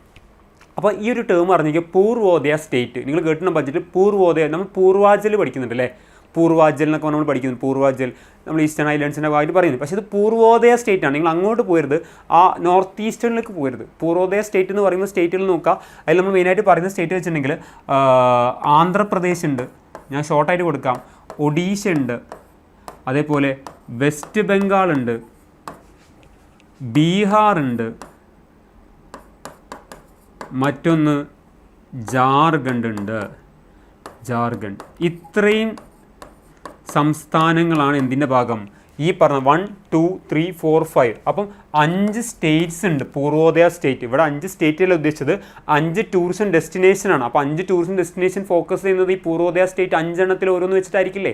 അതെ, 5 എണ്ണത്തിൽ ഓരോ ആന്ധ്രാപ്രദേശിൽ, ഒഡീഷയിൽ, വെസ്റ്റ് ബംഗാൾ, ബീഹാറിൽ, ജാർഖണ്ഡിൽ, ആ ഒരു ഏരിയയാണ് ഫോക്കസ് ചെയ്യുന്നത്. അപ്പം പൂർവോദയ സ്റ്റേറ്റിൽ 5 ടൂറിസ്റ്റ് ഡെസ്റ്റിനേഷൻ സെൻറ്റേഴ്സാണ് ഫോക്കസ് ചെയ്യുന്നത്. അപ്പോൾ ആന്ധ്രാപ്രദേശ്, ഒഡീഷ പഠിച്ചിരിക്കുക, അറിഞ്ഞിരിക്കുക. ഇനി ഇവിടെ പറയുന്നത് എ ഡെഡിക്കേറ്റഡ് ഫ്രൈറ്റ് കോറിഡോറാണ്. നമ്മൾ ഈ പറയുന്നത് എവിടെ നിന്ന് എങ്ങോട്ടാണ്, സൂറത്ത് ടു ഡാങ്കുനി. സൂറത്ത് നമുക്കറിയാം ഗുജറാത്തിലാണ്. നമുക്കറിയാം ജഹാംഗീറൊക്കെ നമ്മൾ ഹിസ്റ്ററി പഠിക്കുന്നതാണ് അല്ലേ. സൂറത്ത് നമുക്ക് ഗുജറാത്തിൽ അറിയാം. സൂറത്ത് മുതൽ ഡാങ്കുനി എവിടാ? അത് നമ്മുടെ വെസ്റ്റ് ബംഗാൾ. അപ്പം നിങ്ങൾ നോക്കുക, ഇപ്പോൾ ഇന്ത്യ എന്നുള്ള ഒരു നമ്മൾ കൺട്രി എടുക്കുകയാണ്, ഞാൻ ഇന്ത്യ മൊത്തം വരയ്ക്കാനൊന്നും പോകുന്നില്ല. ഇന്ത്യ എന്നുള്ള കൺട്രി എടുക്കുകയാണെങ്കിൽ നമ്മൾ നോക്കുന്ന സമയത്ത് ഈ കൺട്രി ഇതാ, ഇവിടെ നിന്ന് ഇങ്ങോട്ടൊരു ഫ്ലൈറ്റ് കോറിഡോർ സെറ്റ് അല്ലേ, കറക്റ്റ് ഇങ്ങനെ സ്ട്രെയിറ്റ് ആയിട്ട് ഒരു ഫ്ലൈറ്റ് കോറിഡോർ അങ്ങനത്തെ റോഡ് വന്നു കഴിഞ്ഞാൽ സെറ്റ് അല്ലേ. അതെ, അതാണ് ഉദ്ദേശിക്കുന്നത്. ദെൻ അതുകൂടാതെ 20 ന്യൂ നാഷണൽ വാട്ടർ വേസ് പ്ലാനിലുണ്ട്. Will be operation over next അടുത്ത 5 വർഷത്തിനുള്ളിൽ 20 ന്യൂ നാഷണൽ വാട്ടർ വേസ് ആണ്. NWs നിങ്ങൾക്കറിയാം, നാഷണൽ വാട്ടർ വേസ് നമുക്കറിയാം. NW3 അല്ലേ കേരളത്തിലൊക്കെ ഉള്ളത്. ഇപ്പോൾ അതിന് കുറേ സബ്ബുകൾ വന്നിട്ടുണ്ട്, ഒക്കെ നിങ്ങൾ പഠിച്ചിട്ടുണ്ടാവും. സോ 20 ന്യൂ നാഷണൽ വാട്ടർ വേസും ഈ ഒരു ബജറ്റിൽ മുന്നോട്ട് വെച്ചൊരു കാര്യമാണ്. ഇനി എനർജിയാണ്. എനർജിയായിട്ട് ബന്ധപ്പെട്ടിട്ട് പറഞ്ഞ് എനർജി പോകുന്നുണ്ട്. അപ്പോൾ കുറച്ച് എനർജി ആയിക്കോട്ടെ. അപ്പോൾ എനർജിയിലേക്ക് വരാം. എനർജി എന്ന് പറയുമ്പോൾ നമുക്കിതിൽ കാണാൻ പറ്റുന്ന ഒന്ന് റയർ എർത്ത് കോറിഡോഴ്സ് ആണ്. വീണ്ടും കോറിഡോർ. ഈ കോറിഡോർ എന്ന് പറയുമ്പോൾ നിങ്ങൾ മനസ്സിലായി ഇടനാഴികളാട്ടോ. അത് നമ്മൾ റോഡ് റെയിലോ എന്തും ആവാം, ഒരു പാത്ത് അവിടെ അങ്ങോട്ട് പോകാം. അപ്പോൾ ഇവിടെ പറഞ്ഞാൽ റയർ എർത്ത് കോറിഡോർ ആണ്. ഇത് എവിടേക്കാണ്? Will be established in Odisha, Kerala, Andhra Pradesh and Tamil Nadu. അപ്പോൾ ഇതൊക്കെ നിങ്ങൾ മനസ്സിലായി, ഇതൊക്കെ തീരപ്രദേശമുള്ള സംസ്ഥാനങ്ങളാണ്. നമുക്കറിയാം ഇന്ത്യയിൽ 9 സംസ്ഥാനങ്ങൾക്കാണ് തീരപ്രദേശമുള്ളത്. അപ്പോൾ ഈ തീരപ്രദേശമുള്ള എല്ലാ സംസ്ഥാനത്തും പോയിട്ട് കാര്യമില്ല, കാരണം റയർ എർത്ത് മിനറൽസ് നമുക്കറിയാം. അപ്പോൾ റയർ എർത്ത് മിനറൽസിൻ്റെ ഭാഗമായിട്ട് ഈ റയർ എർത്ത് കോറിഡോഴ്സ് ആണ് ഫോക്കസ് ചെയ്യുന്ന സ്ഥലങ്ങൾ. ഒഡീഷ, കേരള, ആന്ധ്ര, തമിഴ്നാട്. നിങ്ങൾക്കറിയാം ഇപ്പോൾ കേരളത്തിൻ്റെ യൂണിയൻ ബജറ്റിൻ്റെ കേരളത്തിൻ്റെ ഭാഗമായിട്ട് കുറേ ക്രിറ്റിക്സൊക്കെ വന്നിട്ടുണ്ട്, കേരളത്തിന് എന്ത് കിട്ടി എന്നുള്ള ചോദ്യത്തിലല്ലേ. അപ്പോൾ നമുക്കിവിടെ റയർ എർത്ത് കോറിഡോർ ഉണ്ട് കേട്ടോ, മനസ്സിലാക്കുക. ഒഡീഷ, കേരള, ആന്ധ്ര, തമിഴ്നാട്. ഇനി മറ്റൊന്ന്, ഏകദേശം കാർബൺ ക്യാപ്ചർ യൂട്ടിലൈസേഷന് വേണ്ടിയിട്ട് 20,000 കോടി allocate. Next carbon capture utilisation. ഒന്നുമില്ല, കാർബൺ ക്യാപ്ചർ യൂട്ടിലൈസേഷൻ നമ്മൾ ഈ പറഞ്ഞ കാർബൺ എമിഷൻ ഉണ്ട്, ഗ്രീൻ ഹൗസ് എമിഷൻ ഉണ്ട്. ആ എമിഷൻ്റെ ഭാഗം ഈ കാർബൺ എമിഷൻ കൂടിക്കൊണ്ടിരിക്കുക. അപ്പോൾ അതിനെന്താ ചെയ്യുക? അതിനെ നമ്മൾ കണ്ടുകെട്ടി അതിനെ മറ്റ് ബൈ പ്രൊഡക്റ്റിലേക്കൊക്കെ കൺവേർട്ട് ചെയ്യുക. കാർബൺ നമ്മൾ എന്താക്കുക? കണ്ടുകെട്ടിയിട്ട് ഇപ്പോൾ നമുക്ക് വരുന്ന ഈ പല ഫാക്ടറിയിൽ നിന്ന് തന്നെ കാർബൺസിനെ എന്താക്കുക? അത് യൂട്ടിലൈസ് ചെയ്യുക, ഫർദർ വേറെ എന്തെങ്കിലും പ്രൊഡക്റ്റിലേക്ക് വേണ്ടിയിട്ട് സപ്രസ് ചെയ്തുകൊണ്ടൊക്കെ രീതിയിൽ. അപ്പോൾ അതാണ് ഉദ്ദേശിച്ചത് ഈ പറഞ്ഞ കാർബൺ ക്യാപ്ചർ യൂട്ടിലൈസേഷൻ എന്ന് പറഞ്ഞാൽ. മറ്റൊന്ന് സെമി കണ്ടക്ടർ മിഷനാണ്. Semiconductor mission, Indian semiconductor mission 2.0. So ഇതറിഞ്ഞിരിക്കുക, നമുക്ക് സെമി കണ്ടക്ടർ നല്ലൊരു സാധ്യതയുള്ള ഒരു ഭാഗമാണ്, അല്ലെങ്കിൽ സാധ്യതയുള്ളൊരു മേഖലയാണ്. അപ്പോൾ അതിലേക്ക് വേണ്ടിയിട്ട് ഒരു പ്രത്യേക പ്രോഗ്രാമിനെ കൊണ്ടുവരാൻ സെമി കണ്ടക്ടർ മിഷൻ 2.0 അല്ലെ ISM 2.0 എന്ന് നമ്മൾ പഠിക്കുന്നുണ്ട്. ഇനി ഇത് ഞാൻ നേരത്തെ പറഞ്ഞ കേസ് തന്നെയാണ്. ഇത് നമ്മൾ ഈ പറഞ്ഞ ആക്ച്വലിലും ബജറ്റഡ്, അതാണ് ബജറ്റ് എസ്റ്റിമേറ്റിലും അതേപോലെ റിവൈസ്ഡിലും 2026 എടുത്തതിലെ ബജറ്റിലും കൊടുത്താണ്. ഫിസിക്കൽ റവന്യൂ പ്രൈമറി നമ്മൾ നേരത്തെ കണ്ടത് തന്നെയാണ്. ഞാനിത് കുറച്ചും കൂടി കൂടുതൽ ലെങ്ത് പറഞ്ഞു. 4.8 ഉള്ളത് 4.4, 4.3, നമ്മളിപ്പം കാണുന്നത് 4.3 ആണ്. ഇത് ബജറ്റും റിവൈസ്ഡും ഒരേ ഇയർ ആട്ടോ, 2025-26 ആണ്. ഇവിടെ ഇങ്ങനെ നോക്കുക, ഇതിൽ മാറ്റമേ ഇല്ല, സെയിം ആണ്. ഞാൻ നേരത്തെ പറഞ്ഞത് തന്നെ സെയിം ഡാറ്റ, അതിൻ്റെ സെയിം PDF എടുത്ത് വെച്ചാണ്. അപ്പോൾ ഇത് പഠിക്കാൻ ബുദ്ധിമുട്ടില്ല. ഇപ്പോഴത്തെ നിങ്ങൾ ഈ ഒരു ഏരിയ നോക്കി വെക്കുക, ഇത് ബുദ്ധിമുട്ടില്ല. ആക്ച്വൽസ് ഇതായിരുന്നു. അപ്പം നമ്മൾ നോക്കുക, ആക്ച്വൽസിനെക്കാളും കുറവ് തന്നെയാണ് നമ്മളിപ്പോൾ വന്നുകൊണ്ടിരിക്കുന്നത്. അപ്പം നമ്മൾ പൂർണ്ണമായിട്ടും കുറയും. അപ്പോൾ FRBM ആക്ട് എന്ന് അറിഞ്ഞിരിക്കുക. FRBM ആക്ട് പ്രകാരം ഫിസിക്കൽ ഡെഫിസിറ്റ് എത്രയാണ്? 3% എത്തിക്കാനും റവന്യൂ ഡെഫിസിറ്റ് എത്രയാണ്? 1.5. തുടക്കത്തിൽ 0 ആയിരുന്നു, പിന്നെ അതിനുശേഷം ഒരു എഫക്റ്റീവ് റവന്യൂ ഡെഫിസിറ്റ് കൊണ്ടുവന്നു.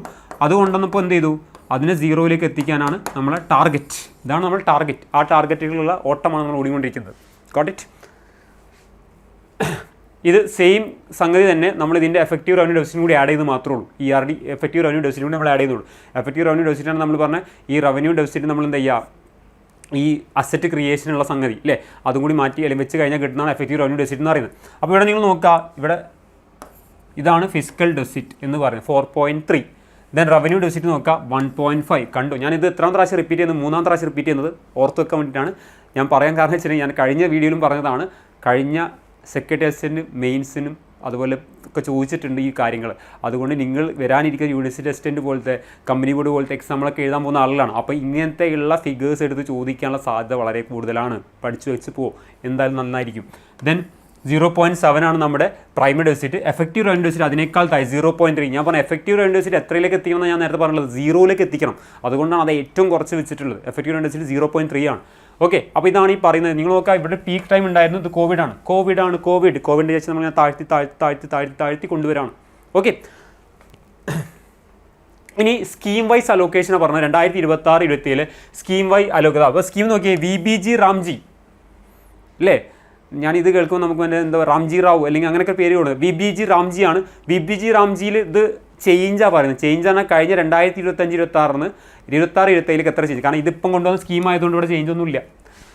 MGNRGS ചേഞ്ച് നോക്കിയേ, കുറഞ്ഞു, ഫണ്ട് കുറഞ്ഞു, കാരണം ഫണ്ട് ഇതിലേക്കാണ് പോകാൻ പോകുന്നത്. അപ്പോൾ അതുകൊണ്ട് -66 കഴിഞ്ഞ 30,000 കോടി ഉണ്ട്, അത് -66 കഴിഞ്ഞ വർഷം വെച്ച് നോക്കുമ്പോൾ കുറവാണ്, അതാണ് -66%. എന്നാൽ നിങ്ങൾ ഈ ഡാറ്റ മൊത്തം പഠിക്കണം. ഞാൻ ഇതിൽ കാണിക്കുന്നത് നിങ്ങൾ നോക്കാം, ഇവിടെ നമ്മൾ ഈ പറയുന്ന ഏറ്റവും കൂടുതൽ ഗ്രോത്ത് അല്ലെങ്കിൽ ഏറ്റവും കൂടുതൽ ചേഞ്ച് ഏത് മേഖല എന്ന് പറയും. ഇവിടെ നിങ്ങൾ നോക്കാം റിസർച്ച് ഡെവലപ്മെൻറ്റ് ഇന്നോവേഷൻ നോക്കിയേ 566.7%. ആ മേഖലയ്ക്ക് നല്ലൊരു ഫണ്ട് അല്ലെങ്കിൽ നല്ലൊരു ചേഞ്ച്, അത്രയും ചേഞ്ച് കാണുന്നുണ്ട്.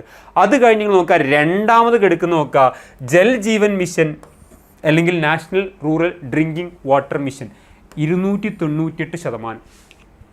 ഓക്കെ, ഇനി അത് കഴിഞ്ഞ് നമ്മൾ നോക്കാം ഏറ്റവും കൂടുതൽ പ്രധാനമന്ത്രി ആവാസ് യോജന 179%. ഒരു ചേഞ്ചും ഇല്ല, പഴയ പോലെ തന്നെ കൊടുത്താണ് മോഡിഫൈഡ്, അതൊന്നും നിങ്ങൾ നോക്കണ്ട. അപ്പോൾ അതേപോലെ തന്നെ ഇവിടെ PM കിസാൻ ഉണ്ട്, നമ്മൾ കിസാൻ സ്കീം. അപ്പോൾ ഇതൊക്കെ സ്കീമുകളാണ്. നിങ്ങൾ സ്കീം ഞാൻ ജസ്റ്റ് ഓടിക്കുക, ചില സ്കീമുകൾ പരീക്ഷ ഉദിക്കാറുണ്ട്. VBG റാംജി എല്ലാവരും നോക്കിയിട്ട് പോകും, അത് നിങ്ങൾക്കറിയാം, നിങ്ങളെല്ലാവരും, കാരണം എല്ലാവരും നോക്കുന്ന സാധനം നമ്മൾ നോക്കാതെ പോയാൽ നമുക്ക് സ്കോർ ചെയ്യാൻ പറ്റില്ല. അപ്പോൾ VBG റാംജി പഠിക്കാതെ ഒരു BSc ഉദ്യോഗാർത്ഥി ഉണ്ടാവില്ല. അപ്പോൾ എല്ലാവരും ഇത് സ്കീമിനെ കുറിച്ച് പഠിച്ചിട്ട് തന്നെ പോകണം. ഇപ്പോൾ ഞാൻ നേരത്തെ പറഞ്ഞ മഹാത്മാഗാന്ധി ഗ്രാം സ്വരാജ് പോലെ, ദെൻ MGNRG നോക്കാം, കാരണം അതാണ് മാറിയിട്ടാണ് ഇതാവുന്നത്. അപ്പോൾ ഇത് രണ്ടും നോക്കണം, ഡിഫറൻസ് അറിഞ്ഞിരിക്കണം. ജൽജീവൻ, PM കിസാൻ, ആവാസ് യോജന, സമഗ്ര ശിക്ഷ അഭിയാൻ നമുക്കറിയാം, national health mission NHM, Saksham Anganwadi and Poshan Abhiyan scheme, അതേപോലെ modified interest subvention scheme, Pradhan Mantri Awas Yojana housing scheme urban, PM Surya Ghar Muft Bijli Yojana, PM Viksit Bharat Rozgar. ഈ സ്കീം നോക്കിയേ, ഈ സ്കീമും നമുക്ക് ഇപ്പം നിങ്ങൾ നോക്കുക, ഈ രണ്ട് സ്കീമുകളും നിങ്ങൾ ഇവിടെ ചേഞ്ച് നിങ്ങൾക്ക് ഒന്നും കാണാൻ പറ്റില്ല. ഇവിടെ ഒന്നിൽ നിങ്ങൾക്ക് രണ്ടിലും ഡാഷാണ്, കാരണം ഇത് രണ്ടും നമുക്ക് കറൻറ്റ് സ്കീമാണ്, കഴിഞ്ഞ വർഷമില്ല, ഈ കമ്മിങ് ഇയറിലേക്ക് ഫോക്കസ് സ്കീമാണ്. അപ്പോൾ ഈ രണ്ട് സ്കീം നോക്കുക, PM വികസിത് ഭാരത് അതാണ് നമ്മൾ പറഞ്ഞു കൊടുക്കുന്നത്, റോസ്ഗാർ യോജനയും അതേപോലെ VBG റാംജിയും, ഇത് രണ്ടും നമ്മളെ ഫ്രഷ് സാധനങ്ങളാണ് എന്നറിഞ്ഞിരിക്കുക. ഇനി ഇതിനെക്കുറിച്ച് പറഞ്ഞാൽ ഏറ്റവും ഹയസ്റ്റ് അലോക്കേഷൻ ഇൻ 2026-27 ഇത്ര കോടി ഇതിനു വേണ്ടി കൊടുക്കുന്നുണ്ട്. അതായത് അത് നമുക്ക് ചേഞ്ച് കാണാൻ പറ്റില്ല. വരാനിരിക്കുന്നതിൽ ഏറ്റവും കൂടുതൽ ഫണ്ട് കൊടുക്കാൻ പോകുന്ന സ്കീമാണിത്, VBG റാംജി എന്ന് പറയുന്നത്. 2025 ഡിസംബറിലാണ് നമ്മളത് റീപ്ലേസ് ചെയ്തിട്ടുള്ളത്, നമ്മൾ MGNRGPൻ്റെ VBG റാംജി ആക്ട് പ്രകാരം. ദെൻ MGNRGPക്ക് ഞാൻ പറഞ്ഞു 30,000 കോടി അലോക്കേറ്റ് ചെയ്തിട്ടുണ്ട്. ഏത് വർഷത്തെ കമ്മിങ് ഇയറിലേക്ക് ഉണ്ട്, കാരണം അത് പൂർണ്ണമായിട്ടില്ല, കുറച്ച് പൈസ അതിലേക്ക് മാറ്റി വെച്ചിട്ടുണ്ട്. പക്ഷേ അത് മൈനസാണ്, കുറവാണ്, കഴിഞ്ഞ വർഷത്തെ വെച്ച് നോക്കുമ്പോൾ കുറവാണ്. ഇനി ഞാൻ കീ മിനിസ്ട്രിയും അതിൻ്റെ അലോക്കേഷനും പറയാം. നിങ്ങൾക്കറിയാം, നമുക്ക് ഈ പറഞ്ഞ ഗവൺമെൻറ് കൂടുതൽ ഉണ്ടാകുന്നത് എക്സ്പെൻഡിച്ചർ റവന്യൂ വെച്ച് നോക്കുമ്പോൾ, എക്സ്പെൻഡിച്ചറിൽ നമ്മൾ നോക്കുമ്പോൾ ഏറ്റവും കൂടുതൽ നമുക്ക് ചിലവ് അല്ലെങ്കിൽ നമ്മൾ റവന്യൂ നോക്കണം, ഇത് ഏറ്റവും കൂടുതൽ റവന്യൂ വരുന്നത് എവിടുന്നാണ്? നമ്മൾ ബോറോയിങ് നിന്നാണ്, കടമെടുപ്പിൽ നിന്നാണ് ഏറ്റവും കൂടുതൽ പൈസ സർക്കാരിലേക്ക് എത്തുന്നത്. അതേപോലെ നമ്മൾ പേയ്മെൻറ്റ് അടിക്കുന്ന സമയത്ത്, നമ്മൾ ചിലവ് നോക്കുന്ന സമയത്തും 1-ോ 2-ാം സ്ഥാനത്ത് ആരുണ്ട്? Interest payment. അപ്പോൾ ഇതൊക്കെ ഡീൽ ചെയ്യുന്ന ആരാണ്? ഈ പറഞ്ഞ എക്സ്പെൻഡിച്ചർ, ഇൻട്രസ്റ്റ്, ഇങ്ങനത്തെ കാര്യങ്ങൾ വരുത്തും, അതൊക്കെ ഡീൽ ചെയ്യുന്ന ആരായിരിക്കും? അത് ലോജിക്ക് ഏത് മിനിസ്ട്രി ആയിരിക്കും? ഫിനാൻസ് മിനിസ്ട്രി അല്ലേ? അതെ, ഫിനാൻസ് മിനിസ്ട്രിയാണ്. അപ്പോൾ മിനിസ്ട്രി ഓഫ് ഫിനാൻസിൻ്റെ ആണ് നമ്മൾ നോക്കുന്ന അലോക്കേഷൻ ഏറ്റവും കൂടുതൽ 36.89% ഫിനാൻസ് മിനിസ്ട്രിയാണ്. ഈ പറയുന്ന ബജറ്റിൻ്റെ ടോട്ടൽ ബജറ്റിൻ്റെ പെർസെൻറ്റേജ് അലോക്കേഷൻ നോക്കുകയാണെങ്കിൽ. അത് കഴിഞ്ഞിട്ടാണ് രണ്ടാമത് ഇത് വരുന്നത് ഡിഫൻസ്. മുമ്പൊക്കെ നമ്മൾ പറയാം ഡിഫൻസ് പറയാം, ഡിഫൻസിലേക്കാണ് ഏറ്റവും കൂടുതൽ, ഡിഫൻസ് രണ്ടാമത് വരുന്നത്. ഇത് അറിഞ്ഞിരിക്കുക, മിനിസ്ട്രി അലോക്കേഷനിൽ ഏറ്റവും കൂടുതൽ മിനിസ്ട്രി അലോക്കേറ്റ് ചെയ്യപ്പെട്ട മിനിസ്ട്രി ഫിനാൻസ് മിനിസ്ട്രിയാണ്. രണ്ടാമത് ഡിഫൻസ് പറയാം. ഓക്കെ, മൂന്നാമത് റോഡൊക്കെ പറയാം. ഇതിലെനിക്ക് സങ്കടകരമായ കാര്യം എന്ന് വെച്ചിട്ടുണ്ടെങ്കിൽ ഇതാണ്, ഈ അവസാനത്തെ രണ്ടാളുകൾ, ഇവരേക്കുള്ള അലോക്കേഷൻ നോക്കിയേ 2 points. ആരായി രണ്ടാളുകൾ? ഒന്ന് എഡ്യൂക്കേഷനാണ്, മറ്റേത് ഹെൽത്താണ്. ഇതിലേക്ക് ഏറ്റവും ലോസ്റ്റാണ് അല്ലേ? വെറും നമ്മൾ 2.6 മൊത്തം അലോക്കേഷൻ 2.6%. അതേപോലെ ഹെൽത്ത് നോക്കുകയാണെങ്കിൽ 1.99% മാത്രമേ ഉള്ളൂ കമ്പയർ ചെയ്യുമ്പോൾ. ഇതിലേക്കല്ലേ ഫോക്കസ് ചെയ്യണം? നിങ്ങൾ ആലോചിക്കുക, ഇതിലേക്ക് ഫോക്കസ് ചെയ്തേക്കണം. പക്ഷേ നമ്മൾ ഇൻഫ്രാസ്ട്രക്ചറൊക്കെയാണ് കൂടുതൽ ഫോക്കസ് ചെയ്ത്, അഗ്രികൾച്ചറിനെക്കാട്ടിയൊക്കെ താഴെയാണ് ആരും വന്നുള്ള ഹെൽത്തും അതേപോലെ എഡ്യൂക്കേഷനും വന്നിട്ടുള്ളത്. ഓക്കെ, അപ്പോൾ ഹയസ്റ്റ് അലോക്കേഷൻ നോക്കുക, ലോവസ്റ്റ് അലോക്കേഷൻ നോക്കുക. ഇത് ടോട്ടൽ മിനിസ്ട്രികൾ തമ്മിൽ അലോക്കേറ്റ് ചെയ്യട്ടെ, അതാണ് 100% ഞാൻ ആദ്യം കൊടുത്തിട്ടുള്ളത്. ഇത്രയും മിനിസ്ട്രികളുടെ കയ്യിൽ അലോക്കേറ്റ് ചെയ്ത് കോടി, ഇത് പൈസയാണ്. ഈ പൈസ അല്ലെങ്കിൽ പെർസെൻറ്റേജ് നോക്കിയാൽ മതി. This is the allocation, key മിനിസ്ട്രിയുടെ അലോക്കേഷൻ, പ്രധാനപ്പെട്ട one of the important area.